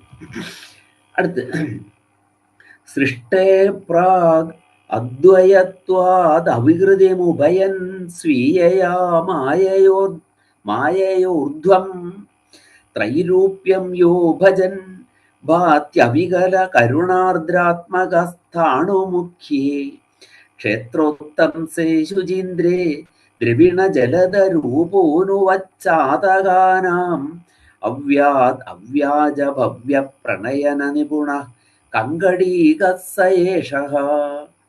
സൃഷ്ടേഃ പ്രാഗ് അദ്വയാദ് അവികൃതിം ഉഭയൻ സ്വീയയാ മായയാ ഊർധ്വം ത്രൈരൂപ്യം യഹ ഭജൻ ഭാതി അവികല കരുണാർദ്രാത്മകഃ സ്ഥാണുമുഖ്യേ ക്ഷേത്രോത്തംസേ ശുചീന്ദ്രേ ദ്രവിണ ജലദരൂപോനുവത് ചാതകാനാം അവ്യാജ ഭവ്യ പ്രണയന നിപുണഃ കങ്കടീകഃ സഹ ഏഷഃ. കങ്കടീകനായ ആ ദേവൻ നമ്മെ രക്ഷിക്കട്ടെ എന്നാണ്. അപ്പൊ കങ്കടീശൻ എന്ന് പറയുമ്പോൾ ആ ദേവൻ കങ്കടദേശത്ത് വർത്തിക്കുന്ന ഈശൻ എന്നൊരർത്ഥമുണ്ട്. പക്ഷെ ഈ കങ്കടദേശം എന്ന് പറയുന്നത് കർണാടകത്തിലാണ് ശരിക്കുള്ളത്, കങ്കടം. അവിടെയും ഒരു ശിവപ്രതിഷ്ഠ ഉണ്ട്. അവിടെയുള്ള ശിവപ്രതിഷ്ഠയാണെന്നുണ്ടെങ്കിലോ അത് ദേവിയുടെ എന്താണ് പതിയായിരിക്കുന്ന സവിശേഷമാണ്. മഹിഷാസുരമർദ്ദിനിയായ ദേവിയുടെ പതിയായിരിക്കുന്ന ഭാവത്തിലാണ് അവിടുത്തെ പ്രതിഷ്ഠ. മഹിഷാസുരമർദ്ദിനി ആണ് അവിടെ ദേവി. ആ ദേവിയുടെ മഹിഷാസുരമർദ്ദിനി എന്ന് പറഞ്ഞാൽ നമുക്ക് മഹിഷാസുര മർദ്ദിനി ഒക്കെ നമുക്കുണ്ടല്ലോ, ഐഗിരി നന്ദിനി നന്ദിതമേദിനി അല്ലെ, അറിയാം നമുക്ക് ഇരിക്കാൻ. അപ്പോ അതിലെ ആ മഹിഷാസുരമർദ്ദിനി ആയിരിക്കുന്ന ദേവിയുടെ പതിയായിട്ട് സവിശേഷമായ ഭാവത്തിലുള്ള ഒരു പ്രതിഷ്ഠ കങ്കടദേശത്ത് ഉണ്ട്. അതാണ് ശരിക്കും കങ്കടേശൻ എന്ന് പറയുന്നത്. പക്ഷെ അതേ ദേവന്റെ തന്നെ ഒരു പ്രതിഷ്ഠ എവിടെ വർത്തിക്കുന്നുണ്ട്? ഇവിടെ ഈ തമിഴകത്തും അങ്ങനെ ഒരു പ്രതിഷ്ഠ ഉണ്ട്. ഈ കങ്കടം എന്ന പദത്തിന് അങ്കുശം എന്നൊരർത്ഥമുണ്ട്. അങ്കുശം, ഗോഡ്, GOED, ഗോഡ്, തോട്ടി എന്നൊരർത്ഥം. അതുപോലെ സീമ എന്നും അർത്ഥമുണ്ട്. ഒരു പക്ഷേ കങ്കടേശ എന്നിവിടെ പറയുന്നത് സീമ തന്നെ ആയിരിക്കണം അല്ലേ? കന്യാകുമാരി എന്ന് പറയുമ്പോൾ അവിടെ എന്താണ്, ആ ഭാഗം എന്താണ്, അത് ഭാരതത്തിന്റെ തന്നെ ഒരു സീമയാണ് അവിടെ. അതാകാം ആ പേരിന് ഉള്ള പ്രസക്തി എന്ന് ഞാൻ വിചാരിക്കുന്നു. പക്ഷെ കങ്കടം ഒരെണ്ണം എവിടെയുണ്ട്? ഈ കങ്കടേശം എന്നുള്ള ഒരു പ്രതിഷ്ഠ കർണാടകത്തിലുണ്ട് എന്നുള്ളത് നമ്മൾ മറക്കാൻ പാടില്ല. അതും ആരാണ്? ശിവൻ തന്നെയാണ്. മഹിഷാസുരമർദ്ദിനി ആയിരിക്കുന്ന ദേവിയുടെ പതിയായിരിക്കുന്ന ഭാവത്തിലാണ് അവിടെ ഉള്ളത്. ഇവിടെ എങ്ങനെയാണ്? അപ്പൊ ഇതെന്താണെങ്കിലും ഇവിടെ ഉള്ളതാണ്. ഈ എവിടെയാണ്? തമിഴ്നാട്ടിലുള്ള ഈ കങ്കടേശനെ തന്നെയാണ് ഇവിടെ പറയുന്നത്. സൃഷ്ടേഹേ പ്രാക്, സൃഷ്ടിക്ക് മുൻപ്, അദ്വയാത്, അദ്വയത്വാത് അവികൃതിം ഉഭയൻ. അദ്വയത്വാത്, അദ്വയം എന്ന് പറഞ്ഞാൽ എന്താണ്? ദ്വയം എന്ന് പറഞ്ഞാൽ ഇരട്ട, രണ്ട് എന്നാണ് അർത്ഥം. നേത്രദ്വയം, നേത്രത്തിന്റെ ഇരട്ട എന്നർത്ഥം. അദ്വയത്വാത്, ഇരട്ടയായിട്ടില്ലാത്തത് കൊണ്ട് എന്ന് പറഞ്ഞാൽ രണ്ടാമതായി ഒന്ന് ഇല്ലാത്തത് കൊണ്ട് എന്തായി തീർന്നു? അവികൃതിം ഉഭയൻ, അവികൃതിയെ, അവികൃതി വികൃതി ഇല്ലാത്ത ഭാവം. വികൃതി എന്താണ്? വികാരം അല്ലെ? പ്രകൃതിയും വികൃതിയും, വികാരങ്ങളൊന്നുമില്ലാതെ വർത്തിക്കുന്ന അവസ്ഥയാണ് പ്രകൃതി എന്ന് പറയുന്നത്. വികൃതി എന്താണ്? മാറ്റമാണ്, പല വിധത്തിലുള്ളതായ മാറ്റങ്ങൾക്ക് വിധേയമാണ്, അതാണ് വികൃതി. വികൃതിയും എന്താണ്? ഉഭയൻ, വികൃതിയെ പ്രാപിച്ചുകൊണ്ട്, വികൃതി ഇല്ലാത്ത അവസ്ഥയെ പ്രാപിച്ചുകൊണ്ട്, അതായത് ഏകം, ഒരു ഒറ്റ ഘന സ്വരൂപമായിരിക്കുന്ന ആ പരമാത്മ ചൈതന്യം എന്ന അർത്ഥമാണത്. വികാരം അതാണ് ഏകോഹം ബഹുസ്യാം, ഒന്നായി ഞാൻ പലതായി തീരട്ടെ എന്ന ഇച്ഛ എന്തിനുണ്ടായി എന്നാണ്? പരബ്രഹ്മത്തിൽ ഉണ്ടായി എന്നാണ്. എല്ലാ സൃഷ്ടിയുടെയും രഹസ്യം അത് തന്നെയാണ് താനും. എന്താണ് സൃഷ്ടിയുടെ രഹസ്യം? എന്താണ്? ഏകോഹം ബഹുസ്യാം, ഒന്നായി ഞാൻ പലതായി തീരട്ടെ എന്നുള്ള അഭിനിവേശമാണ് സൃഷ്ടിയുടെ രഹസ്യം. അത് തന്നെയാണ് പിന്നെയും ജീവജാലങ്ങളിലും എല്ലാം തുടർന്നു പോകുന്നത്. ഈ ഭാവം തന്നെയാണ്, ഒന്നായി ഞാൻ പലതായി തീരട്ടെ. അതല്ലേ? അതാണ് ഒരച്ഛന്റെ മക്കളൊക്കെ എന്താണ്? ആ അച്ഛന്റെ തന്നെ ആത്മാംശങ്ങളാണ്. അതുകൊണ്ടാണ് ഈ അഭിനിവേശം എന്തായിരിക്കുന്നത്? അത്യുത്കടമായിരിക്കുന്നത്. ഉത്കടമായ അഭിനിവേശമാണ്. എളുപ്പമൊന്നല്ല ഇതിനെ തടയാൻ, എളുപ്പമൊന്നല്ല. നമ്മൾ പറയുന്ന ആ ശൃംഗാര ഭാവം ഉണ്ടല്ലോ, അതിനെ തടയാൻ എളുപ്പമല്ല. എളുപ്പമാണെന്നുണ്ടെങ്കിൽ ഇന്ന് ഇഷ്ടം പോലെ ആളുകൾ വിവാഹം കഴിക്കാതെ ജീവിക്കുന്നുണ്ടല്ലോ എന്ന് നമ്മൾ പറയും. 1,000 ആളുകൾ വിവാഹം കഴിക്കാതെ ജീവിക്കുന്നുണ്ട്. പക്ഷേ അവർക്കെല്ലാം ഇത് സാധിക്കുമെങ്കിൽ നമ്മൾ ഒരു പേര് കേൾക്കുമായിരുന്നില്ല, പുരാണപ്രസിദ്ധമായ ഒരു പേര് നമ്മൾ കേൾക്കുമായിരുന്നില്ല. ഏത് പേരാണത്? ഭീഷ്മർ എന്ന പേര് നമ്മൾ ഒരിക്കലും കേൾക്കുമായിരുന്നില്ല അല്ലേ? എന്താണ് ഭീഷ്മം അല്ലേ? ആ മകനാണ്. അച്ഛന് വേണ്ടിയിട്ട് ഞാൻ അപരിഗ്രഹനായിരിക്കും പ്രതിജ്ഞ അങ്ങോട്ട് ചെയ്തു. പ്രതിജ്ഞ പിന്നെ മാറ്റില്ല. 4 പേര് പറഞ്ഞാലൊന്നും, നമ്മളൊരു കൗൺസിലിംഗ് നടത്തിയാലൊന്നും മാറുന്നതല്ല ദൃഢമായ പ്രതിജ്ഞ. ഭീഷ്മരെ പോലുള്ള ദേവവ്രതന്റെ ആ പ്രതിജ്ഞ എന്ന് പറയുന്നത് അല്ലെ? ചന്ദ്ര മഹാരാജാവിന് വേണ്ടി, തന്റെ പിതാവിന് വേണ്ടിയിട്ടാണ് പറഞ്ഞത്. എന്താണ്? താൻ അപരിഗ്രഹനായി. കേട്ടവരെല്ലാം പറഞ്ഞു, മോനെ ഭയങ്കര ഭീഷ്മം, ഭീഷ്മമഹോ, ഭീഷ്മമായി പോയി. ഭീഷ്മം എന്ന് പറഞ്ഞാൽ എന്താണ്? അത്യന്തം ഭയാനകമായി പോയി നിന്റെ ഈ പ്രതിജ്ഞ. എല്ലാവരും തലയിൽ കൈവച്ചു. കേട്ടവരെല്ലാം, വിവേകമുള്ളവരെല്ലാം ശിരസിൽ കൈവച്ചുകൊണ്ട് പറഞ്ഞു, ഭീഷ്മം, ഭീഷ്മമഹോ. ആ പേരാണ് ഭീഷ്മർക്ക് പിന്നെ വന്നത്. സജ്ജനാമം അല്ലെ? എന്താണ്? സംജ്ഞാനാമം അവിടെ കിടക്കുന്നു. എന്താണ് സംജ്ഞാനാമം? എന്താണ്? ദേവവ്രതൻ എന്നാണ് അദ്ദേഹത്തിന്റെ സംജ്ഞാനാമം. ഗംഗാദേവി അദ്ദേഹത്തിന് കൊടുത്ത പേര്. അമ്മയാണല്ലോ കൊണ്ടുപോയി വളർത്തിയത്. ആ പേര് എന്താണ്? അത് മാഞ്ഞു പോയിട്ട് ഭീഷ്മർ എന്ന സജ്ജനാമം അദ്ദേഹത്തിൽ വന്നു. അതിന് കാരണം എന്താണ്? ഈ ഭാവത്തെ അമർച്ച ചെയ്യാൻ സാധ്യമല്ല. ശൃംഗാരത്തെ അമർച്ച ചെയ്തുകൊണ്ട് ശാരീരികവും മാനസികവുമായ പരിശുദ്ധി കാത്തു സൂക്ഷിച്ചുകൊണ്ട് ജീവിക്കാം. നിവൃത്തിയില്ലാത്തതുകൊണ്ട് കല്യാണം കഴിക്കാണ്ട് ആളുകൾക്ക് നടക്കാം. പക്ഷേ അപരിഗ്രഹനായിരുന്ന് ശാരീരികവും മാനസികവുമായ പരിശുദ്ധി കാത്തു സൂക്ഷിച്ചുകൊണ്ട് ജീവിക്കാൻ സാധ്യമല്ല. സാധാരണ മനുഷ്യന് സാധ്യമല്ല എന്നുള്ളതാണ് അല്ലെ? ചിലപ്പോ കല്യാണം കഴിക്കാണ്ടിരിക്കാം അല്ലെ? എന്താണ്? ഇന്ദ്രിയാണി സംയമ്യ, എന്താണ്? മനസ്സിനെ വിഷയങ്ങളിൽ വ്യാപരിപ്പിച്ചുകൊണ്ട് നടക്കും അല്ലെ? ഇന്ദ്രിയാർത്ഥാൻ വിമൂഢാത്മ മിഥ്യാചാര സൗച്യതേ. അങ്ങനെ മിഥ്യാചാരന്മാരായിട്ട് നമുക്ക് ജീവിക്കാൻ പറ്റും. അങ്ങനെയുള്ള ഒരു ഇഷ്ടം പോലെ ആളുകളുണ്ട്, വിവാഹം കഴിച്ചിട്ടില്ല, പക്ഷെ മിഥ്യാചാര, ഇന്ദ്രിയങ്ങളെ നിയന്ത്രിച്ച് നിർത്തും അല്ലെ? സമൂഹത്തെ പേടിച്ചുകൊണ്ട്. പക്ഷേ മനസ്സെന്തായിരിക്കും? മനസ്സ് വിഷയങ്ങളിൽ വ്യാപൃതമായിരിക്കും. അങ്ങനെയുള്ള മിഥ്യാചാരന്മാരെ കാണാം. പക്ഷെ നമുക്ക് ആരെ കാണാൻ പറ്റുന്നില്ല? ഇവിടെ നമുക്ക് നമ്മുടെ ഭീഷ്മരെ പോലെയുള്ള ആളുകളെ കാണാൻ സാധിക്കുന്നില്ല. പിന്നെ ഒരു അവസരം വന്നു. അമ്മ തന്നെ നേരിട്ട് പറഞ്ഞു, മകനെ എന്ത് ചെയ്യൂ, ഇവിടെ നീ നിന്റെ ധർമ്മമാണ് സന്താന ഉത്പാദനം നടത്തണം എന്ന് പറഞ്ഞു. ചെയ്ത പ്രതിജ്ഞയിൽ മാറ്റമില്ലാതെ നിന്ന അദ്ദേഹം. അപ്പൊ അതെന്താണ്? അതത്ര എളുപ്പമല്ല. അതുകൊണ്ടാണ് ഇത് എവിടെ ഉണ്ടായതാണെന്നാണ് പറയുന്നത്. പരബ്രഹ്മത്തിൽ തന്നെ ഈ അഭിനിവേശം ഉണ്ടായി. ഏകോഹം ബഹുസ്യാം. കാരണം ഒന്നായിരിക്കുമ്പോ എന്താണ്? രഞ്ജിക്കുവാൻ കഴിയുന്നില്ല. യദേകലോന്ന ശക്കനോഷി രന്തും സ്വൈരം ചരപ്രഭു ത്വമേവ ദ്വിത്വമാപന്നഃ ശിവശക്തി പ്രഭേദതഃ. അല്ലെ, ഏകനായിരിക്കുമ്പോൾ അതിലെന്തില്ല? അതിലൊരു രമണം ഇല്ല, ഒരു സന്തോഷമില്ല. സന്തോഷം എപ്പോഴും എന്താണ്? അതിനൊരു ചലനം വേണം. ചലനമില്ലാത്തൊരവസ്ഥ നോക്കുക, ഒരു ചലനവുമില്ല. എത്ര വിഷമായിരിക്കും, ജീവിക്കാൻ തന്നെ പറ്റില്ല അല്ലേ? നമ്മൾ നോക്കും, പുറത്തേക്ക് നോക്കും, ഈശ്വര ഒരു ഇല പോലും ഇളകുന്നില്ലല്ലോ എന്ന് പറയും. ചലനമില്ലാത്ത അവസ്ഥ നമുക്ക് പറ്റില്ല. നമ്മൾ നമ്മൾ തന്നെ അപ്പോൾ ചലിച്ചുകൊണ്ടിരിക്കും. ഒന്നുണ്ട്, നമ്മൾ എപ്പോൾ നമ്മൾ അമ്മയുടെ ഉദരത്തിൽ ഉരുവായോ അപ്പോൾ മുതൽക്ക് നമ്മളിൽ സ്പന്ദനവും വന്നിട്ടുണ്ട്. ചലിച്ചുകൊണ്ടേയിരിക്കാൻ മാറ്റങ്ങൾക്ക് വിധേയമായി കൊണ്ടിരിക്കുന്നു. സ്പന്ദിക്കുന്ന ഹൃദയം നമ്മളിലുണ്ട്, നിൽക്കുന്നില്ല. അത് നിന്നാൽ തീർന്നു, ജീവിതവും അതോടെ തീർന്നു. അപ്പൊ അതാണ് നമുക്ക്.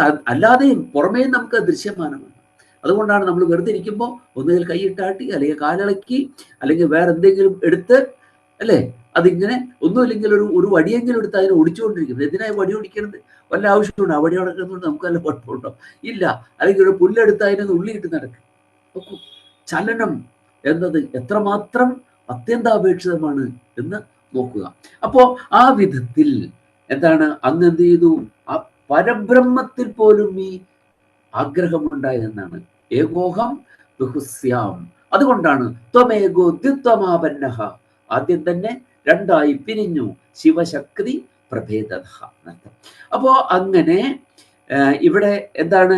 ഏകമായിരുന്ന അത് തന്നെ സ്വീയയാ മായയാ, തൻ്റെ തന്നെ മായ കൊണ്ട്. ഏതാണ് മായ?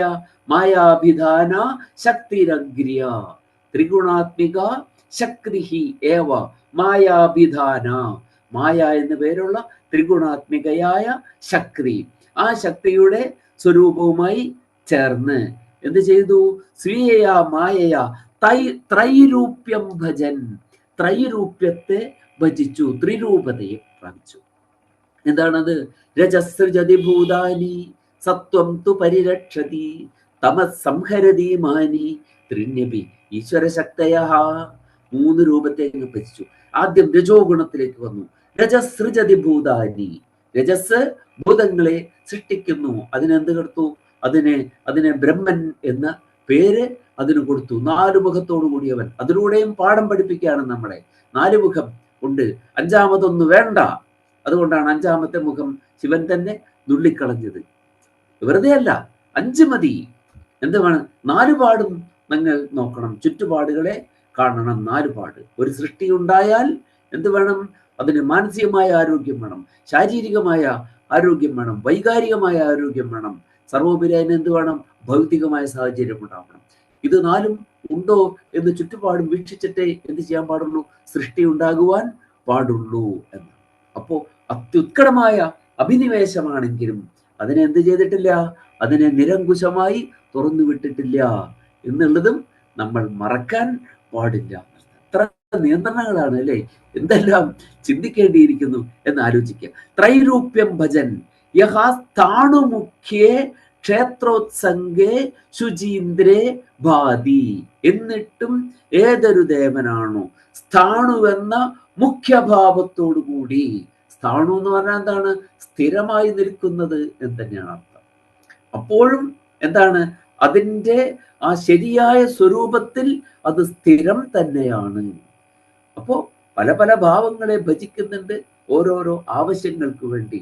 അപ്പോഴും എന്താണ്? സ്ഥിരമായി നിൽക്കുന്ന ആ ബ്രഹ്മത്തിന്, പരബ്രഹ്മത്തിന് മാറ്റമില്ല. അങ്ങനെ സ്ഥാണുമുഖ്യമായ ക്ഷേത്രോത്തംസം, ക്ഷേത്രങ്ങൾക്ക് ഉത്തംസമായിരിക്കുന്നത്. ഉത്തംസം എന്താണ്? ശിരോഭൂഷണം. ക്ഷേത്രങ്ങൾക്ക് ശിരോഭൂഷണമായിരിക്കുന്ന ശുചീന്ദ്രേ ഭാതി. ശുചീന്ദ്രത്തിൽ ഈ ദേവചൈതന്യം ഭാസിക്കുന്നു. ആ ദേവചൈതന്യം എങ്ങനെയുള്ളതാണ്? അവികല കരുണാർദ്രാത്മക. അവികലമായിട്ടുള്ള, വികലം അല്ലാത്തത്, വികലമല്ലാത്തത് എന്താണ്? സകലം അല്ലെ? എല്ലാ കലയോടും കൂടിയതാണ് സകലം. വിഗതമായ കലയോട് കൂടിയതാണ് വികലം അല്ലെ? സാകല്യം, വൈകല്യം. വികലമായതിന്റെ അവസ്ഥയാണ് വൈകല്യം, സകലമായതിന്റെ അവസ്ഥയാണ് എന്താണ്? സാകല്യം. അപ്പൊ വൈകല്യത്തിന്റെ വിപരീതമാണ് എന്ത്?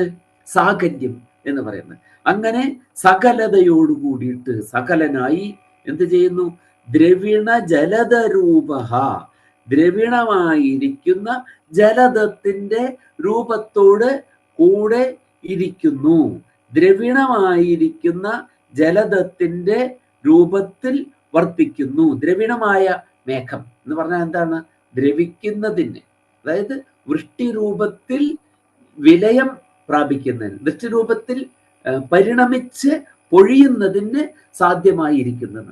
അപ്പൊ ഉയർന്നു വരുന്ന കാർമേഘ പങ്ക്തി, കാർമേഘത്തിന്, ആ കാർമേഘം ഉയർന്നു വരുന്നതിന് വേണ്ടിയിട്ടാണ്, അത് വൃഷ്ടിയായി പതിക്കുന്നതിന് വേണ്ടിയിട്ടാണ്. അപ്പോൾ ദ്രവിണമായിട്ടുള്ള വർഷണത്തിനായി ഉയർന്നു വരുന്ന മേഘത്തിന്റെ രൂപത്തിലുള്ള ആ മേഘം അതെങ്ങനെയാണ്? ആ ദേവൻ എങ്ങനെയുള്ളവനാണ്? നുവത്ത് ആയിട്ടുള്ള ചാതകാനാം, നുവത്ത് ചാതകാനം അഥവാ നമത്ത് ചാതകാനം, നമിക്കുന്ന എന്നർത്ഥം. നുവത്തായിരിക്കുന്ന ചാതകങ്ങൾക്ക് അവ്യാജ ഭവ്യ പ്രണയന നിപുണ, അവ്യാജമായ നിർവ്യാജമായിട്ടുള്ള പ്രണയനത്തിന്, ഭവ്യത്തിന്റെ പ്രണയനത്തിൽ നിപുണനായിരിക്കുന്നവർ. അവർക്ക് എന്താണ്? കളങ്കമില്ലാത്തതായ സൗഭാഗ്യങ്ങളെ പ്രദാനം ചെയ്യുന്നതിന് നൈപുണ്യമാർന്ന വിധത്തിൽ വർത്തിക്കുന്നവനായ ആ ദേവൻ. എന്തുപോലെയാണ്? ചാതകങ്ങൾക്ക്, ഈ മേഘം എന്തിനു വേണ്ടി വർഷിക്കുന്നു? പ്രധാനമായിട്ട് നമ്മൾ പറയുന്നത് ചാതകങ്ങൾക്ക്. ചാതകങ്ങൾ എന്താണ്? വേഴാമ്പലുകൾ. വേഴാമ്പലുകളുടെ പ്രത്യേകത എന്താണ്? അവ വൃഷ്ടി പതിക്കുമ്പോൾ മാത്രമേ ജലം സ്വീകരിക്കുള്ളൂ. നിലത്ത് വീണ വെള്ളം അവർ സ്വീകരിക്കില്ല. തടാകങ്ങളിൽ, ഹൃദങ്ങളിൽ നിന്ന് അവർ കുടിക്കുന്നില്ല. അപ്പൊ അവരെപ്പോഴും എന്താണ്? ദാഹത്തിന്റെ പ്രതീകമാണ് വേഴാമ്പല് അല്ലേ? ഒരു മഴ ദാഹിക്കുമ്പോഴൊക്കെ അവരെന്ത് ചെയ്യും? മേഘത്തിനോട് യാചിച്ചു കൊണ്ടിരിക്കും അല്ലേ? അപ്പോ ചാതകങ്ങൾക്ക് എന്താണ്? ഭൂയോബി ഭൂയോബി പയോദയേവ. ചാതകങ്ങൾക്ക് എന്താണ്? ദാഹത്തെ അകറ്റുന്നത് ഭൂയോബി ഭൂയോബി പയോദയേവ എന്നാണ്. വീണ്ടും വീണ്ടും പയോദം തന്നെയാണ്. അപ്പോ അവിടെ ഒരു ഈ ഉപമ പ്രയോഗിച്ചതിലൂടെ ഒരു ആശയം കൂടെ ഈ കവി തീർത്ഥപാദര് നമ്മുടെ മനസ്സിലേക്ക് കൊണ്ടുവരുന്നുണ്ട്. എന്താണ്? ചാതകങ്ങളുടെ ഉപമ പ്രയോഗിച്ചതിലൂടെ സന്താപഹാരി നനു ചാതകാനാം ഭൂയോബി ഭൂയോബി പയോദയേവ എന്നാണ്. ചാതകങ്ങൾക്ക് വീണ്ടും വീണ്ടും സന്താപഹാരി, സമ്യക്കായ താപം, ദാഹരൂപത്തിൽ അതിനെ ഹരിക്കുന്നത് എന്താണ്? പയോദമാണ്. അപ്പോ അതിന്റെ അർത്ഥം എന്താണ്? എപ്പോഴൊക്കെ ദാഹമുണ്ടാകുന്നു അപ്പോഴെല്ലാം എന്ത് ചെയ്യുന്നു? പയോദരത്തെ, മേഘത്തെ അത് ആശ്രയിക്കുന്നു. അതുപോലെ നമുക്ക് എപ്പോ സന്താപമുണ്ടായാലും എന്ത് ചെയ്യാം? ഈ ദേവനെ നമുക്ക് ശരണം പ്രാപിക്കാം. അതിനാണ് ആ ചാതകത്തിന്റെ ദാഹമകറ്റുന്ന എന്നുള്ള ആ പ്രയോഗം അവിടെ സവിശേഷമാണ് അല്ലെ? പരികരാലങ്കാരമാണ് ശരിക്കും അവിടെ. പരികരാലങ്കാരം എന്താണ്? പരികര അലങ്കാരം, അലങ്കാര പരികരഹ സാഭിപ്രായേ വിശേഷണേ. പരികരാലങ്കാരം വിശേഷണം പ്രയോഗിക്കുന്നത് സാഭിപ്രായമായിട്ട് വരിക, ഒരു പ്രത്യേകമായ അഭിപ്രായത്തെ അവിടെ പ്രകാശിപ്പിക്കുന്നതിന് വേണ്ടി ഒരു വിശേഷണം ചേർക്കുക. അതാണ് നമച്ചാതകാനാം അഥവാ നുവച്ചാതകാനാം അവ്യാജ ഭവ്യ പ്രണയന നിപുണ എന്ന് പ്രയോഗിക്കാൻ കാരണം അതാണ്. പയോദങ്ങള് എപ്പോഴും എന്താണ്? ചാതകങ്ങള് ഞാൻ കഴിഞ്ഞ ദിവസവും ഇതിനോടല്ലേ യാചിച്ചത്, ഇനിയും എപ്പോഴും ഇതിനോട് എങ്ങനെയാണ് യാചിക്കുക എന്ന് തോന്നണ്ടെന്നാണ് അർത്ഥം. എപ്പോഴൊക്കെ ചാതകങ്ങൾക്ക് സന്താപമുണ്ടാകുന്നുവോ, ഭയമുണ്ടാകുന്നുവോ, പിപാസയുണ്ടാകുന്നുവോ അപ്പോഴെല്ലാം തന്നെ അവർക്ക് ആ വൃഷ്ടി പ്രദാനത്തിലൂടെ അവരുടെ സന്താപത്തെ അകറ്റുന്നത് പയോദഹ ഏവ, മേഘം തന്നെയാണ്. അതുപോലെ നിങ്ങൾക്ക് ഏതെല്ലാം ക്ലേശങ്ങൾ എപ്പോഴെല്ലാം ഉണ്ടായാലും യാതൊരു മടിയും കൂടാതെ ഈ ദേവനെ സമീപിക്കാം എന്നുള്ള വലിയൊരാശയം സാഭിപ്രായമായി എന്ത് ചെയ്യുന്നു, ജാതകങ്ങളുടെ ഉപമയും കൂടെ പ്രയോഗിച്ചിട്ടാണ് ഇദ്ദേഹത്തിന്റെ ഈ കൃതി മുന്നോട്ട് പോകും. ഇത് പലയിടത്തും ഇതുപോലെ പ്രയോഗങ്ങളുണ്ട്. വ്യാഖ്യാനതോ വിശേഷ പ്രതിപത്തി എന്ന് പറഞ്ഞതുപോലെ വ്യാഖ്യാനിക്കും തോറും സവിശേഷമായ അർത്ഥപ്രതീതി ഉണ്ടാകും, നൂതനങ്ങളായ അർത്ഥതലങ്ങൾ ഉണ്ടാകും എന്നാണ്. അപ്പോ അങ്ങനെ നിർവ്യാജമായ ഭാവുകങ്ങൾ പ്രദാനം ചെയ്യുന്ന, അല്ലെ, അങ്ങനെ ചെയ്യുന്നത് കൊണ്ട് സാർത്ഥകനാമമായിട്ടുള്ള ഈ ദേവൻ സഹ ഏഷഹ കങ്കടീക, കങ്കടീക ദേവൻ നമുക്ക് അപ്പോ ഈ എന്താണ്, ഈ അതിർത്തിയിൽ വർത്തിക്കുന്നവനായ ദേവൻ നമുക്ക് എന്ത് ചെയ്യട്ടെ, നമുക്ക് എപ്പോഴും രക്ഷകനായി ഭവിക്കട്ടെ, നമ്മെ അവ്യാത്, അവ്യാത് എന്ന് പറഞ്ഞാൽ എന്താണ്, നമ്മളെ രക്ഷണം ചെയ്യട്ടെ എന്ന് അർത്ഥം. അപ്പൊ ദേവന്റെ സവിശേഷതകൾ പറഞ്ഞു. എപ്പോഴും സർവദാ അഭി, ജാതകങ്ങൾക്ക് വൃഷ്ടി പൊഴിച്ചു കൊടുക്കുന്ന മേഘത്തെ പോലെ, അല്ലേ, ഇയാൾക്ക് തന്നെ ഞാൻ ഇന്നലെയും വരം നൽകിയല്ലോ അല്ലെങ്കിൽ രക്ഷിച്ചല്ലോ, അങ്ങനെ ഒന്നും വിചാരിക്കേണ്ട കാര്യമില്ല. അതിനുള്ള ഉപമാ പ്രയോഗം ഒരു വലിയ ഔചിത്യത്തെ തന്നെ, ഔചിത്യത്തിന്റെ ഒരു പ്രപഞ്ചം തന്നെ അവിടെ തുറന്നിട്ടുകൊണ്ടാണ് ശ്രീ നീലകണ്ഠ തീർത്ഥപാദ സ്വാമികള് ഇവിടെ ഈ ഉപമ തന്നെ പ്രയോഗിച്ചിരിക്കുന്നത് എന്നും നാം തിരിച്ചറിയേണ്ടതുണ്ട്. സൃഷ്ടേ പ്രാഗ് അദ്വയത്വാത് അവികൃതിമുഭയൻ സ്വീയയാ മായയോർധ്വം ത്രൈരൂപ്യം യോ ഭജൻ ഭാത്യവികല കരുണാർദ്രാത്മകസ്ഥാണുമുഖ്യേ ക്ഷേത്രോത്തംസേ ശുചീന്ദ്രേ ദ്രവിണ ജലധരൂപോരുവച്ചാതകാനാം അവ്യാജഭവ്യ പ്രണയന നിപുണ കങ്കടീക സയേഷ. ആ കങ്കടീകൻ നമ്മെ രക്ഷിക്കട്ടെ. നമസ്കാരം. സാർ, ഒരു സംശയം, കങ്കടീക ദേവൻ എന്ന് പറയാൻ പറ്റുമോ? കങ്കടീക, കങ്കടത്തിൽ വർത്തിക്കുന്ന, കങ്കടത്തിൽ ഉള്ളവൻ, കങ്കടേശൻ. കങ്കടേശൻ, ഓക്കെ. കങ്കടേശൻ. ഞാനത് മഹാദേവൻ എന്ന് പറയുന്നതിന് പകരം കങ്കടേശൻ എന്നാക്കാം. ഓക്കെ, ഞാൻ അങ്ങനെ ആക്കിയിട്ട് ഒന്ന് ചൊല്ലി നോക്കാം.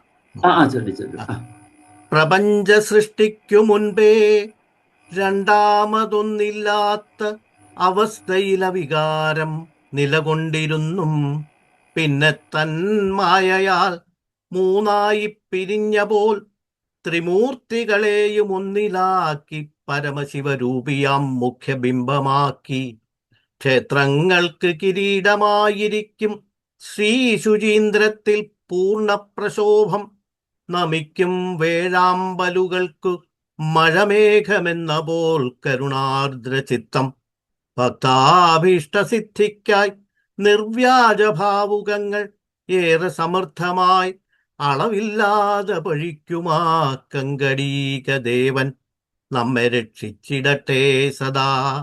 കങ്കടേശൻ എന്നാ നല്ലതല്ലേ? കങ്കടി ദേവൻ ആണോ കങ്കടേശനാണോ നല്ലത്?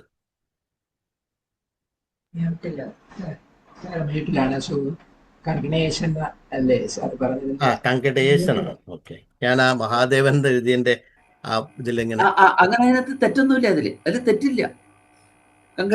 കങ്കടേശനാക്കുകയാണ് നല്ലത് അല്ലേ സാർ? കങ്കടേശനാക്കിയാൽ കുറച്ചും കൂടെ ശരിയായി. അളവില്ലാതെ പൊഴിക്കുമാ കങ്കടേശൻ നമ്മെ രക്ഷിച്ചിടട്ടെ സദാ. തെറ്റൊന്നുമില്ല അതിൽ.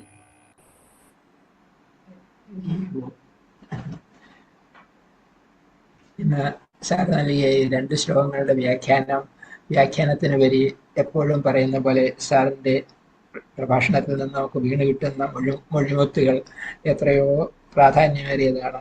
ഞാൻ ഓർക്കുകയാണ്, ആദ്യം കാമ്പശ്ശേരി ഭട്ടതിരിപ്പാടിൻ്റെ കാര്യം പറഞ്ഞു. ഇതേ അവസ്ഥ തന്നെ നമുക്ക് പരിത്യക്തയായ സീതയുടെ അവസ്ഥ കാണുമ്പോഴും ഉണ്ടാകുന്നുണ്ട്.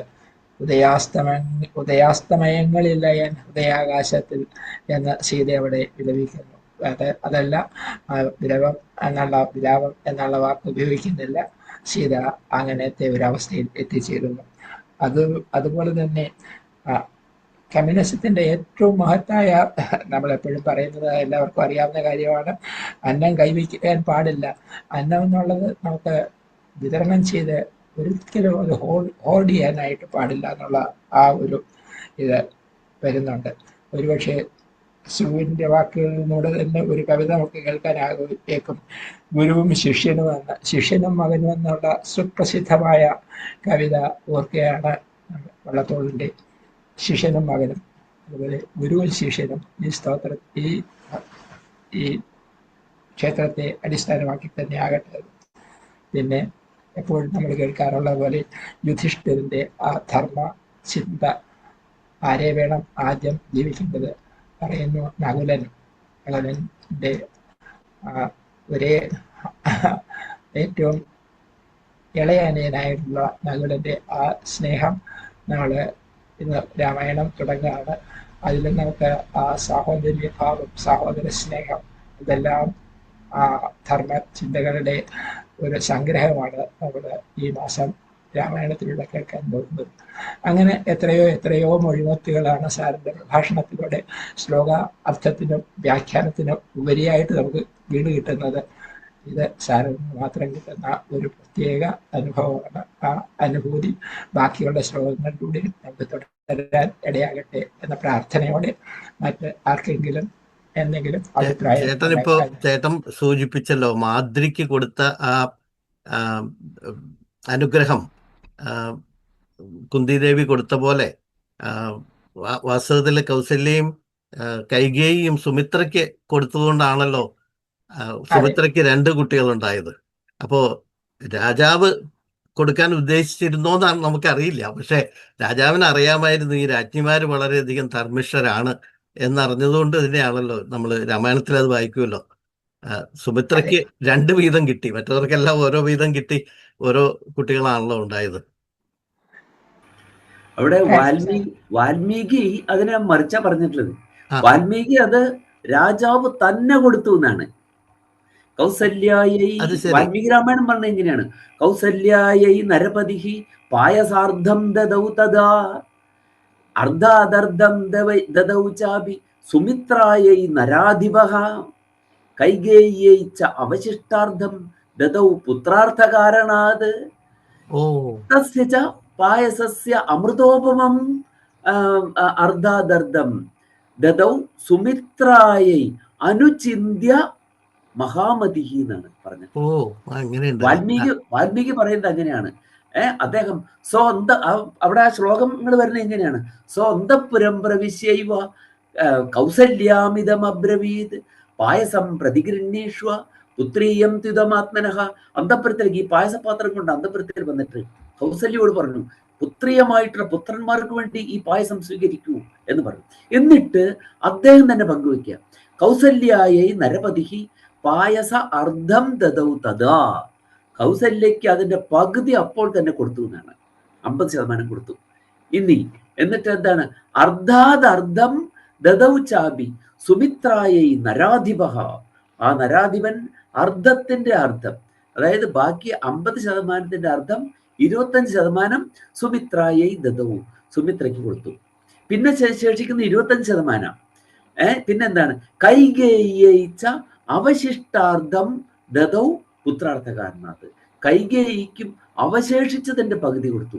അതായത് 12% കൈകേയിക്ക് കൊടുത്തു പുത്രാർത്ഥകാരണാത്. പിന്നെയും അവശേഷിച്ച ഭാഗം തസ്യ ച അവശിഷ്ടാർദ്ധം പായസസ്യ അമൃതോപമം. എന്താണ്? അനുചിന്യ സുമിത്രായൈ. അനുചിന്തന, വീണ്ടും ചിന്തിച്ചതിന് ശേഷം സുമിത്രായൈ ദദൗ എന്നാണ്, സുമിത്രയ്ക്ക് തന്നെ കൊടുത്തു എന്നാണ്. ഏവം നരപതിഹി ഭാര്യാണാം പായസം പൃഥക്. ഭാര്യമാർക്ക് പായസം പൃഥക് ദദൗ എന്നാണ്, വേറെയായി കൊടുത്തു എന്നാണ്. ഇത് ആദ്യമായിട്ട് കേൾക്കുന്നുണ്ട് സാറ്, വളരെ സന്തോഷം. ഇനി ഒന്ന് വായിച്ചു നോക്കണം. അത് വാൽമീകി രാമായണം ദർശന സമ്പുഷ്ടമാണ്. മറ്റതില് ഭക്തിക്ക് വലിയ പ്രാധാന്യം വന്നപ്പോ വാൽമീകി രാമായണം എന്താണ്? അത് ആ ദർശനത്തിൽ തന്നെയാണ്. ഇവർ 3 പേരും മഹിഷിമാരാണ് എന്നുള്ളതാണ് വേറൊരു പ്രത്യേകത.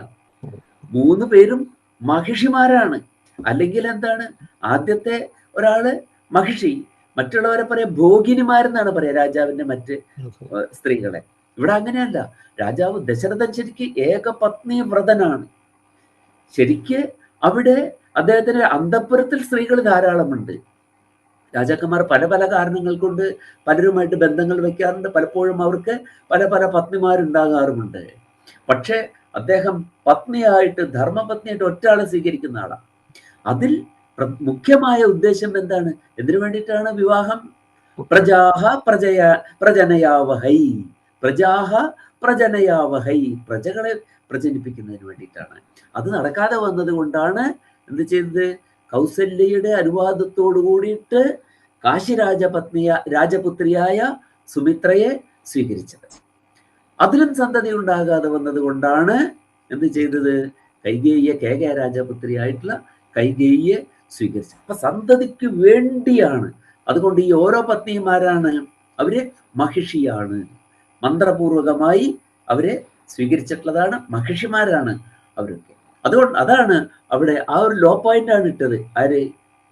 ഈ കൈകേയിയെ പരപ്രാർത്ഥനയ്ക്ക് നിർബന്ധിച്ചിട്ട് പറ്റാതെ വന്നപ്പോ ഏറ്റവും അവസാനം ഒരു ലോ പോയിന്റ് എടുത്തു. ഒരു വക്കീൽ വാദിക്കുന്ന പോലെയാണ് ആര് വാദിച്ചത്? മന്ദര വാദിച്ചത്. അവിടെയാണ് ആ ഒറ്റപ്പിടുത്തത്തിലാണ് കൈകേയി എന്ത് ചെയ്ത് ദശരഥനോട് ഭരതനെ രാജാവാക്കണമെന്ന് പറഞ്ഞു. കൈകേയിക്ക് അറിയാം ഭരതനാണ് രാജാവാകേണ്ടതെന്ന്, ദശരഥനും അറിയാം ഭരതനാണ് രാജാവാകേണ്ടതെന്നുള്ളത്. അപ്പൊ അവസാനം ഈ ലോ പോയിന്റ് എടുത്തിട്ട് എന്താണ് ആ ലോ പോയിന്റ് എന്തായിരുന്നു? അതാണ് നരാധിപകുലേ ജാത മഹിഷീത്വം മഹീപദേഹേ ഉഗ്രത്വം രാജധർമാണാം കഥം ദേവി ന ബുദ്ധ്യസേ. നീ ഒരു നരാധിപന്റെ കുലത്തിൽ ജനിച്ചവളാണ്, കൈക രാജാവിന്റെ കുലത്തിൽ ജനിച്ചവളാണ്, വേറൊരു രാജാവിന്റെ മഹിഷിയാണ് നീ. മഹിഷീത്വം മഹീപദേഹേ, എന്നിട്ടും എന്ത് പൊട്ടിയാണ് നീ. ഉഗ്രത്വം രാജധർമാണം, രാജധർമ്മങ്ങളുടെ ഉഗ്രത്വം കഥം ദേവി ന ബുദ്ധ്യസേ, എന്തുകൊണ്ടാണ് ദേവി നീ ബോധിക്കാത്തത് എന്നാണ് ചോദിച്ചത്. അവിടെയാണ് ഉഗ്രത്വത്തെക്കുറിച്ച്, രാജധർമ്മത്തിന്റെ ഉഗ്രത്വത്തെക്കുറിച്ച് ഓർത്തത്. മൂന്നാമത് വിവാഹം കഴിച്ചപ്പോ മറ്റു രണ്ടെണ്ണത്തിനും മക്കളില്ല. ഇനി ഇവിടെല്ലാം ഉണ്ടാവണമെന്ന് വെച്ചാൽ സ്വാഭാവികമായിട്ട് എന്റെ രാജ്യം അവനുള്ളതാണ്, ആ പുത്രനുള്ളതാണ് എന്നാണ് പറഞ്ഞത്. പക്ഷേ പിന്നെന്താണ്? പിന്നെ ഉണ്ടായപ്പോ 3 എണ്ണത്തിലും ഉണ്ടായി. അപ്പൊ എന്തായി? സർക്കാർ ഗവൺമെന്റ് ഓർഡർ ഇറക്കുന്ന പോലെ, ജിയോ ഇറക്കുന്ന പോലെ എന്താണ്, paper read as reference 1 stands modified to this extent എന്ന് പറയുന്ന പോലെ ഇതിന് മോഡിഫിക്കേഷൻ വന്നിരിക്കുന്നു. ദശരഥനെ അങ്ങോട്ട് കരുതി. പക്ഷേ സൗദായികത്തിന്റെ നിയമം എന്താണ്? അവിടെ കന്യാശുൽക്കത്തിന്റെ നിയമം അചഞ്ചലമാണ്, മാറ്റമില്ലാത്തതാണ്. അതാണ് ഉഗ്രത്വം രാജധർമാണം കഥം ദേവി ന ബുദ്ധ്യസേ. സർക്കാർ ഓർഡറിൽ റെഫറൻസ് 1ഉം 2ഉം ഒക്കെ can be modified, but this cannot be modified. ഇതിനെ ഒരിക്കലും മോഡിഫൈ ചെയ്യാൻ പറ്റില്ല. അത് നിനക്കെന്താ ബോധ്യമാവാത്തതാണ് ചോദിച്ചത്. അപ്പോഴാ കൈകേയി ചിന്തിക്കുന്നത് ഇങ്ങനെ ഒന്ന് ഉണ്ടല്ലോ. രാമായണം കാവ്യമാണ് എന്ന് പറയുന്നതിന്റെ അർത്ഥം ഇതാണ്. കാവ്യമാണ്. പ്രതീയമാനം പുനരന്യദേവ വസ്തുസ്തി. പ്രതീയമാനമായ അർത്ഥമാണ് അതിലെ പ്രാധാന്യം. വാച്യാർത്ഥമല്ല, ലക്ഷ്യാർത്ഥമല്ല, വ്യംഗ്യാർത്ഥമാണ്. അതാണ് പ്രതീയമാനമായ അർത്ഥം. അതുകൊണ്ട് ആ കാവ്യം എന്ന് പറയുന്നത്, അല്ലെങ്കിൽ ഇത് പുരാണം എന്ന് പറഞ്ഞേനെ, ഇതിഹാസം എന്ന് പറഞ്ഞേനെ. അസ്തു ഒരു നമ്മൾ വിശ്വസിച്ചു പോകുന്ന ഒരു വിശ്വാസത്തെ മാറ്റി പ്രതിഷ്ഠിക്കാനാണല്ലോ സാറിന്റെ ഈ വ്യാഖ്യാനത്തിലൂടെ നമുക്ക് ഇന്ന് പ്രചോദനം കിട്ടുന്നത്. ബാലന് ഇതിനെപ്പറ്റി കൂടുതൽ എന്തെങ്കിലും പറയാൻ കാണുമായിരിക്കും. അൺമ്യൂട്ട് ചെയ്തായിട്ട്.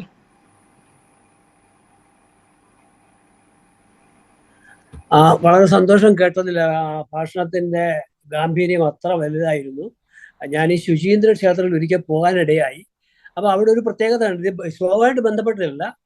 അവിടെ ഈ ശ്രീകോവിലിന്റെ മുമ്പില് തൂണുകളുണ്ട്. ആ തൂണുകളിൽ ഓരോന്നിനും ഓരോ ശബ്ദമാണ്. സപ്തസ്വരങ്ങൾ ഓരോ തൂണുകളിൽ ഓരോ ശബ്ദം ഉണ്ടാക്കുന്നതാണ്. അങ്ങനെ ഒരു പ്രത്യേകത ഞാനിവിടെ കണ്ടു. ശുചീന്ദ്ര ക്ഷേത്രത്തിൽ പോകാൻ അവസരം ഉണ്ടായി. അതുപോലെ സാറ് പറഞ്ഞ ആ ചാതകം, വേഴാമ്പല ഒരു സുഭാഷിതം ഞാൻ ഓർക്കുന്നില്ല ഇപ്പോഴേ. വേഴാമ്പൽ ഒരിക്കലും വെള്ളം യാചിച്ച് ഒരിടത്തും പോകില്ല. അത്ര അഭിമാനിയാണ്, സ്വാഭിമാനിയാണ്. അതായത് മഴ വന്നാൽ മാത്രമേ വെള്ളം കുടിക്കുകയുള്ളൂ. അത്തരം ഒരു ആത്മാഭിമാനമുള്ള ഒരു പക്ഷിയാണ് വേഴാമ്പൽ. അതാണ് അതിന്റെ പ്രത്യേകത. അങ്ങനൊരു പ്രത്യേകതയുള്ളൊരു പക്ഷിയാണ്. അതൊരു ഉപമ കൊടുത്തപ്പോൾ നമ്മളെല്ലാം ആ അനുഗ്രഹത്തിന് വേണ്ടി കാത്തു നിൽക്കുന്ന വേഴാമ്പലുകളാണ് നമ്മൾ അദ്ദേഹത്തെ ഭജിക്കുക. അതാണ് നമ്മൾ ചെയ്യേണ്ടത് എന്ന് മാത്രം അതിന് മനസ്സിലാക്കുന്നു. വളരെ വളരെ സന്തോഷം, കേട്ടതിൽ നന്നായിരിക്കുന്നു. നമസ്കാരം. സോമൻ എന്തെങ്കിലും പറയാനുണ്ടോ? സോമൻ ഇല്ല. സാർ, ഒരു സംശയം. ഈ ഇന്നത്തെ ആ മാദ്രിയുടെ കാര്യം പറഞ്ഞ കൂട്ടത്തിൽ മാദ്രി രണ്ടാമത് ഒരു വരം കൂടെ കുന്തിയുടെ കൂടെ ആവശ്യപ്പെടുന്നുണ്ടോ പുത്രസമ്പാദനത്തിന് വേണ്ടി? ഇല്ല, മാദ്രി അവിടെ രണ്ടാമതൊരു വരം ആവശ്യപ്പെടുന്നില്ല. മാദ്രിക്ക് ഇവിടെ എന്താണ്, ഒരു വരം കൊടുത്തപ്പോ അത് രണ്ടായിട്ട് എടുത്തു. രണ്ടാമത് ഇനി വരം വേണ്ട എന്ന് പറയുന്നത് ദ്രൗപദിയാണ്. ദ്രൗപദി ഇനി വരം വേണ്ട എന്ന് പറയുന്നുണ്ട്. ശരിക്കും അതും രാമായണവുമായിട്ട് നമ്മൾ ബന്ധപ്പെടുത്തി കാണേണ്ടതാണത്. അതായത് ഈ കൃഷ്ണയെ കേശാംബര ആകർഷണം ചെയ്തിട്ട് അവളുടെ മുടി പിടിച്ച് വലിച്ചു, വസ്ത്രം പിടിച്ച് വലിച്ചു, അവിടെ കൊണ്ടുവന്ന് വസ്ത്രത്തെ വിവസ്ത്രയാക്കാൻ ശ്രമിച്ചു. ഇവിടെ നിന്ന് അവർക്ക് മിണ്ടാൻ പറ്റിയില്ല. അവിടെയുള്ള ആർക്കും, ധാർമ്മികരായ ആർക്കും, ഭീഷ്മ പിതാമഹന് പോലും ഒരക്ഷരം മിണ്ടാൻ പറ്റിയില്ല. ആർക്കും പറ്റിയില്ല. കാരണം എന്താണ്? അത് അവരുടെ അവകാശമാണ്.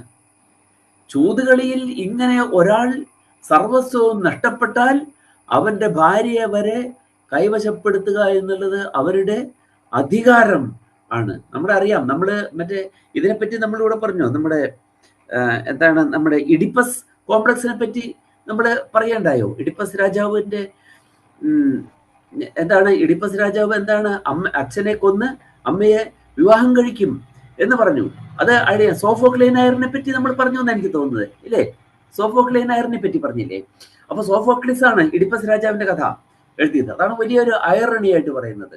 അപ്പൊ അവിടെ ഒരു രാജാവിനെ നിഗ്രഹിച്ചാൽ അയാളുടെ പത്നിയെ മറ്റേ എന്ത് ചെയ്യും? അയാൾ അത് എടുക്കും, ഒക്യുപ്പൈ ചെയ്യും. അതിനൊരു വ്യത്യാസം കാണുന്നത് നമ്മുടെ മഹാഭാരതത്തിലെ കഥയിലാണ്. ആരുടെയാണ്? നമ്മുടെ ഇന്ദ്രാണിയെ സ്വായത്തമാക്കാൻ പോയ ആരുടെ കഥ നമ്മൾ പറയുന്നുണ്ടല്ലോ. അപ്പൊ അവിടെ എന്താണ്, അവിടെ ഇന്ദ്രാണിയെ മാത്രമാണ് ചെയ്യാൻ പറ്റാതിരുന്നത്. അവിടെ ഇന്ദ്രാണിയുടെ ആ പ്രഭാവം കൊണ്ട് അതായത് നഹുഷൻ എന്തായി തീർന്നു? സർപ്പമായി നിബന്ധിച്ചു. പക്ഷെ മറ്റുള്ളവർക്കൊക്കെ എങ്ങനെയാണ്? അവന്റെ ഭാര്യയും കൂടെ അവര് എന്താക്കും? സ്വന്തമാക്കി എടുക്കും. അപ്പൊ അതാണ്, അത് ചൂതാട്ടത്തിൽ അത് വളരെ പ്രധാനം. അത് വേദത്തിൽ തന്നെ പറയണം. അന്യേജായാം പരിമൃശന്ത്യസ്യ യസ്യ അകൃത ദേവനേ വാജ്യക്ഷഃ പിതാമാത ഭ്രാതര ഏനമാഹുർ ന ജാനീമോ നയതാബദ്ധമേനം എന്നാ വേദം പറയുന്നത് അവിടെ. അതായത് ആസക്തിയെ കുറിച്ച് പറയാണ്. ആസക്തി, അഡിക്ഷൻ കൊണ്ട്, ചൂതുകളിയിൽ അഡിക്ഷൻ മൂത്താളെ എന്ത് ചെയ്യും? സർവസ്വവും നശിപ്പിക്കും. അങ്ങനെ എല്ലാം നശിച്ചു കഴിയുമ്പോൾ അവന് കടം കൊടുത്ത് വീട്ടാൻ സാധ്യമാകാതെ വരുമ്പോൾ അവർ വന്ന് വിജയിച്ചവൻ എന്ത് ചെയ്യും? അവന്റെ ഭാര്യയെ വരെ പിടിച്ചു കൊണ്ടുപോകും. അന്യേ ജായാം പരിമൃശന്തി അസ്യ, അവന്റെ ജായിയെ അവർ പരാമർശിക്കുന്നവരെ സ്പർശിക്കുമെന്നാണ് അർത്ഥം. സ്പർശിക്കാന്ന് പറഞ്ഞതിന്റെ അർത്ഥം നമുക്കറിയാമല്ലോ. അവന്റെ ഭാര്യയെ സ്പർശിക്കും. ആർക്കും ഒന്നും ചെയ്യാൻ പറ്റില്ല. അവസാനം എന്ത് പറയും? പിതാ മാതാ ഭ്രാതര ഏനമാഹും, അവന്റെ പിതാവും അമ്മയും സഹോദരന്മാരും പറയും ന ജാനീമോ നയതാ ബദ്ധമേനം, ഞങ്ങൾക്ക് അവനെ അറിയില്ല. ഇത്രയും വലിയ നാണക്കേട് കുലത്തിനുണ്ടാക്കി അവനെ ഞങ്ങൾക്ക് അറിയില്ല.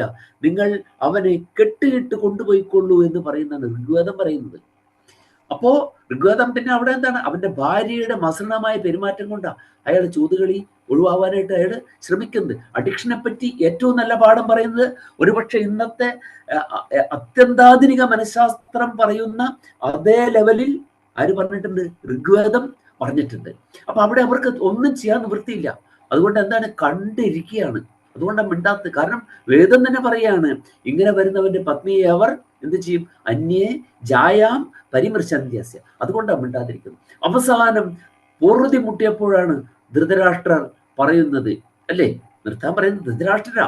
അദ്ദേഹം പറഞ്ഞു, അതിന് പകരം പരിഹാരമായിട്ട് ദ്രൗപദിയോട് പറഞ്ഞു, നിനക്ക് ഞാൻ 3 വരങ്ങൾ തരാം എന്ന് പറഞ്ഞു. ശരി, അവൾ വരം ചോദിക്കാൻ തുടങ്ങി. ആദ്യത്തെ വരം കൊണ്ട് എൻ്റെ ഈ കിതവനായ രാജാവ്, ഈ ചൂതുകളിക്കാരനായ യുധിഷ്ഠിരനെ മോചിപ്പിച്ചാലും എന്ന് പറഞ്ഞു. ഒരു വരം മേടിച്ചു. രണ്ടാമത്തെ വരം ചോദിച്ചു, എന്താണ്? എൻ്റെ മറ്റുള്ള ഭർത്താക്കന്മാരെയും മോചിപ്പിച്ച് തരണം എന്ന് പറഞ്ഞു. മൂന്നാമതൊരു വരം എനിക്ക് വേണ്ട, അത് അങ്ങയുടെ കയ്യിൽ തന്നെ ഇരുന്നോട്ടെ എന്ന് പറഞ്ഞു. കാരണം എന്താണ്? എൻ്റെ ഭർത്താക്കന്മാർ സ്വതന്ത്രരാണെന്നുണ്ടെങ്കിൽ എനിക്ക് എന്തിനാണ് വരം? ഒരു വരവും എനിക്ക് വേണ്ട. ഇത് തന്നെ കൈകേയി പറഞ്ഞത്. കൈകേയിയുടെ പ്രവൃത്തിയുടെ അർത്ഥം ഇത് തന്നെയാണ്. എന്താണ് കൈകേയി? ദശരഥൻ ചോദിച്ചു അല്ലേ, ഇപ്പോൾ ഞാൻ ആരായിരിക്കുന്നു? വാസ്തവത്തിൽ ഞാൻ ദശരഥനായിരിക്കുന്നു, നേമിയല്ല, ദശരഥനായി. 10 ദിക്കിലേക്കും എന്താണ് രഥം തിരിച്ച് യുദ്ധം ചെയ്യാനുള്ള പ്രാവീണ്യമാണ് അവിടെ കാണിച്ചത്. ശമ്പരാസുരനുമായിട്ടുള്ള യുദ്ധമാണ്. അയാളുടെ മായാപ്രയോഗം കൊണ്ടാണ് 10 ദിക്കുകളിൽ നിന്നും ആക്രമിച്ചത്. ആ 10 ദിക്കുകളിലേക്കും രഥത്തെ തിരിച്ചപ്പോ രഥം വാസ്തവത്തിൽ 10 ദിക്കിലേക്കും തിരിച്ച് യുദ്ധം ചെയ്യാനുള്ളതല്ല. രഥം 8 ദിക്ക് വരെ പറ്റുള്ളൂ, 8 ദിക്കേ പറ്റുള്ളൂ. മുകളിലേക്കും താഴത്തേക്കും പറ്റില്ല. പക്ഷെ അങ്ങോട്ടെല്ലാം തിരിച്ച രഥത്തിന്റെ എന്താണ് ചക്രത്തിന്റെ ആണി ഊരിപ്പോയി. അതിലും നീ എന്ത് ചെയ്തു? നീ എന്നെ രക്ഷിച്ചു. അപ്പൊ നീ വരം ചോദിച്ചു കൊള്ളുക അല്ലേ. തന്റെ ഭർത്താവ് ഇത്രയും ഉഗ്രപ്രതാപനായിരിക്കുമ്പോൾ തനിക്ക് എന്തിനാണ് വരം? എന്റെ ഭർത്താക്കന്മാർ സ്വതന്ത്രരാണെങ്കിൽ എനിക്ക് വരം വേണ്ട എന്ന് പറഞ്ഞു. ദ്രൗപദി പറഞ്ഞു വരം, 3ാമത്തെ വരം അങ്ങയുടെ കയ്യിലിരുന്നോട്ടെ എന്ന് പറഞ്ഞു. ഇവിടെ ഒരു വരവും വേണ്ടി വന്നില്ല. ഭർത്താവ് അല്ലെങ്കിൽ തന്നെ ആരായി തീർന്നു? വിശ്വപ്രസിദ്ധനായ ദശരഥനായി മാറിയിരിക്കുന്നു. ഇനി എനിക്കൊരു വരവും വേണ്ട. അതുകൊണ്ടാണ് കൈകേയി വരം ചോദിക്കാതിരുന്നത്. അവിടെ വരം ചോദിച്ചിട്ടില്ല. കൈകേയി ഒരു വരവും ചോദിച്ചിട്ടില്ല, പിന്നെയും ചോദിച്ചിട്ടില്ല. കൈകേയി ചോദിച്ച വരം എന്താണ്? ഭരതനെ രാജാവാക്കണം. അത് വരമല്ല, അങ്ങയുടെ പ്രതിജ്ഞ പാലിക്കണം എന്നാ പറഞ്ഞത്. It is A bond. ഒരു ബോണ്ട് അവിടെയുണ്ട് അല്ലേ. കേകയ രാജാവിനോടാ പറഞ്ഞത്. എന്താണ് അത്? രാമനാ പറയുന്നത്. ഏറ്റവും അവസാനം രാമൻ പറയുന്നത് അല്ലേ. അരണ്യത്തിൽ രാമൻ പറയുന്നത്, കാട്ടിച്ചെന്നപ്പോ രാമൻ പറയുന്നത് പുരാഭ്രാത പിതാനസഹ മാതരം തേ സമുദ്വഹൻ മാതാമഹായ അശ്രൗഷീൻ രാജ്യശുൽക്കമനുത്തമം. അനുത്തമമായ രാജ്യം എന്ന ശുൽക്കം നമ്മുടെ അച്ഛൻ നിന്റെ അമ്മയെ വിവാഹം ചെയ്യാൻ സമയത്ത് ആരോട് പറഞ്ഞിട്ടുണ്ട്? മുത്തച്ഛനോട് പറഞ്ഞിട്ടുണ്ട്, മാതാമഹനോട് പറഞ്ഞിട്ടുണ്ട് എന്ന് രാമനാണ് പറയുന്നത്. കൈകേയി പറഞ്ഞില്ല. എന്തുകൊണ്ട് പറഞ്ഞില്ല? ഭരതൻ ഇത്രയേറെ നിന്ദിക്കുമ്പോഴും ഈ ഉദരത്തിൽ ഞാൻ ജനിച്ചു പോയല്ലോ എന്ന് അതിനേക്കാൾ വലിയൊരു നിന്ദ ഒരമ്മയ്ക്ക് എവിടെയാണ് കിട്ടാനുള്ളത്? അമ്മയെ, നിന്റെ ഉദരത്തിൽ ഞാൻ ജനിച്ചു പോയല്ലോ. നോക്കൂ, അത്ര കഠോരമാണ്. അത് പറഞ്ഞപ്പോൾ പോലും എടാ നിന്റെ അച്ഛൻ ഇങ്ങനെ പറഞ്ഞിട്ടുണ്ട്, സുമന്ത്രനോട് ചോദിച്ചു നോക്കടാ എന്ന് പറയാമായിരുന്നില്ലേ? മിണ്ടിയില്ലല്ലോ. അവിടെയാണ് നമ്മൾ സ്ത്രീയെ കാണുന്നത്. സ്ത്രീയിലെ പൗരുഷം. സ്ത്രീയിൽ പൗരുഷവുമുണ്ട്, പുരുഷനിൽ സ്ത്രൈണവുമുണ്ട്. രണ്ടും നമുക്ക് ഇവിടെ കാണാം. സ്ത്രീയിൽ പൗരുഷമുണ്ട്, ബലമുണ്ട്. അതാണ് നമ്മൾ കൈകേയിയിൽ കാണുന്നത്. പുരുഷനേക്കാൾ ബലമുള്ള സ്ത്രീ, പൗരുഷമുള്ള പുരുഷനേക്കാൾ, ഏത് പുരുഷനേക്കാൾ പൗരുഷമുള്ള സ്ത്രീയാണ് കൈകേയി അല്ലേ. പുരുഷനാണെങ്കിലും വലിയ സ്ത്രൈണം ഉണ്ടായ ആളാണ് ദശരഥൻ. അങ്ങനെ അയച്ചപ്പോ മരിച്ചു അല്ലേ. അപ്പോ കൈകേയി എന്തുകൊണ്ടാണ് മിണ്ടാതിരുന്നത്? അതിന് ഉത്തരവാദിത്തപ്പെട്ടവർ പറയട്ടെ. സുമന്ത്രർക്ക് പറയാമായിരുന്നില്ലേ? ഏറ്റവും ഉചിതനായ ആളാരാണ്? അതിന്റെ ഏറ്റവും വലിയ തീക്ഷണത അനുഭവിച്ച ആൾ രാമനാണ്. പറയുമ്പോൾ പറയട്ടെ. അതുവരെ ഞാൻ മിണ്ടില്ല എന്ന് വിചാരിച്ചാൽ മിണ്ടില്ല. നമ്മൾ പറയാറുണ്ട് സ്ത്രീക്ക് ഒരു രഹസ്യം സൂക്ഷിക്കാൻ പറ്റില്ല എന്നുള്ളത്. സ്ത്രീക്ക് രഹസ്യം സൂക്ഷിക്കാൻ പറ്റുമോ എന്നുള്ളത് കൈകേയിയെ കണ്ടു പഠിക്കട്ടെ. അതുകൊണ്ട് ഈ രാമായണ മാസത്തിലെങ്കിലും നമുക്കൊരു ബോധ്യമുണ്ടാകണം. കൈകേയി ആരാണ്? കൈകേയി എന്ന സ്ത്രീ രത്നം നമ്മുടെ മനസ്സിൽ ഉണ്ടാകണം. അതാണ് വാൽമീകിയുടെ ദർശനം. അധ്യാത്മരാമായണത്തിലേക്ക് വന്നപ്പോ, അത് കിളിപ്പാട്ടിലേക്കും കൂടെ വന്നപ്പോ കുറെ കൂടെ അതിന് ഡൈലൂഷൻ വന്നിട്ടുണ്ട് എന്നൊരു സത്യം നമ്മുടെ മനസ്സിൽ ഉണ്ടാകണം. തീർച്ചയായിട്ടും സാറിന്റെ ഈ വ്യാഖ്യാനം നമ്മളുടെ ഈ രാമായണ മാസം തുടങ്ങുന്ന ഈ മാസം, ഈ ദിവസം നമ്മളെ പുനഃചിന്തനം ചെയ്യാനായിട്ട് അവസരം നൽകുകയാണ്. തീർച്ചയായിട്ടും അതിന്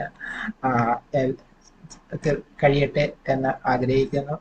നമുക്ക് നിർത്താമെന്ന് വയ്ക്കാം. മറ്റൊന്നുമില്ലെങ്കിൽ പ്രാർത്ഥനയോടെ സമാപിപ്പിക്കാം.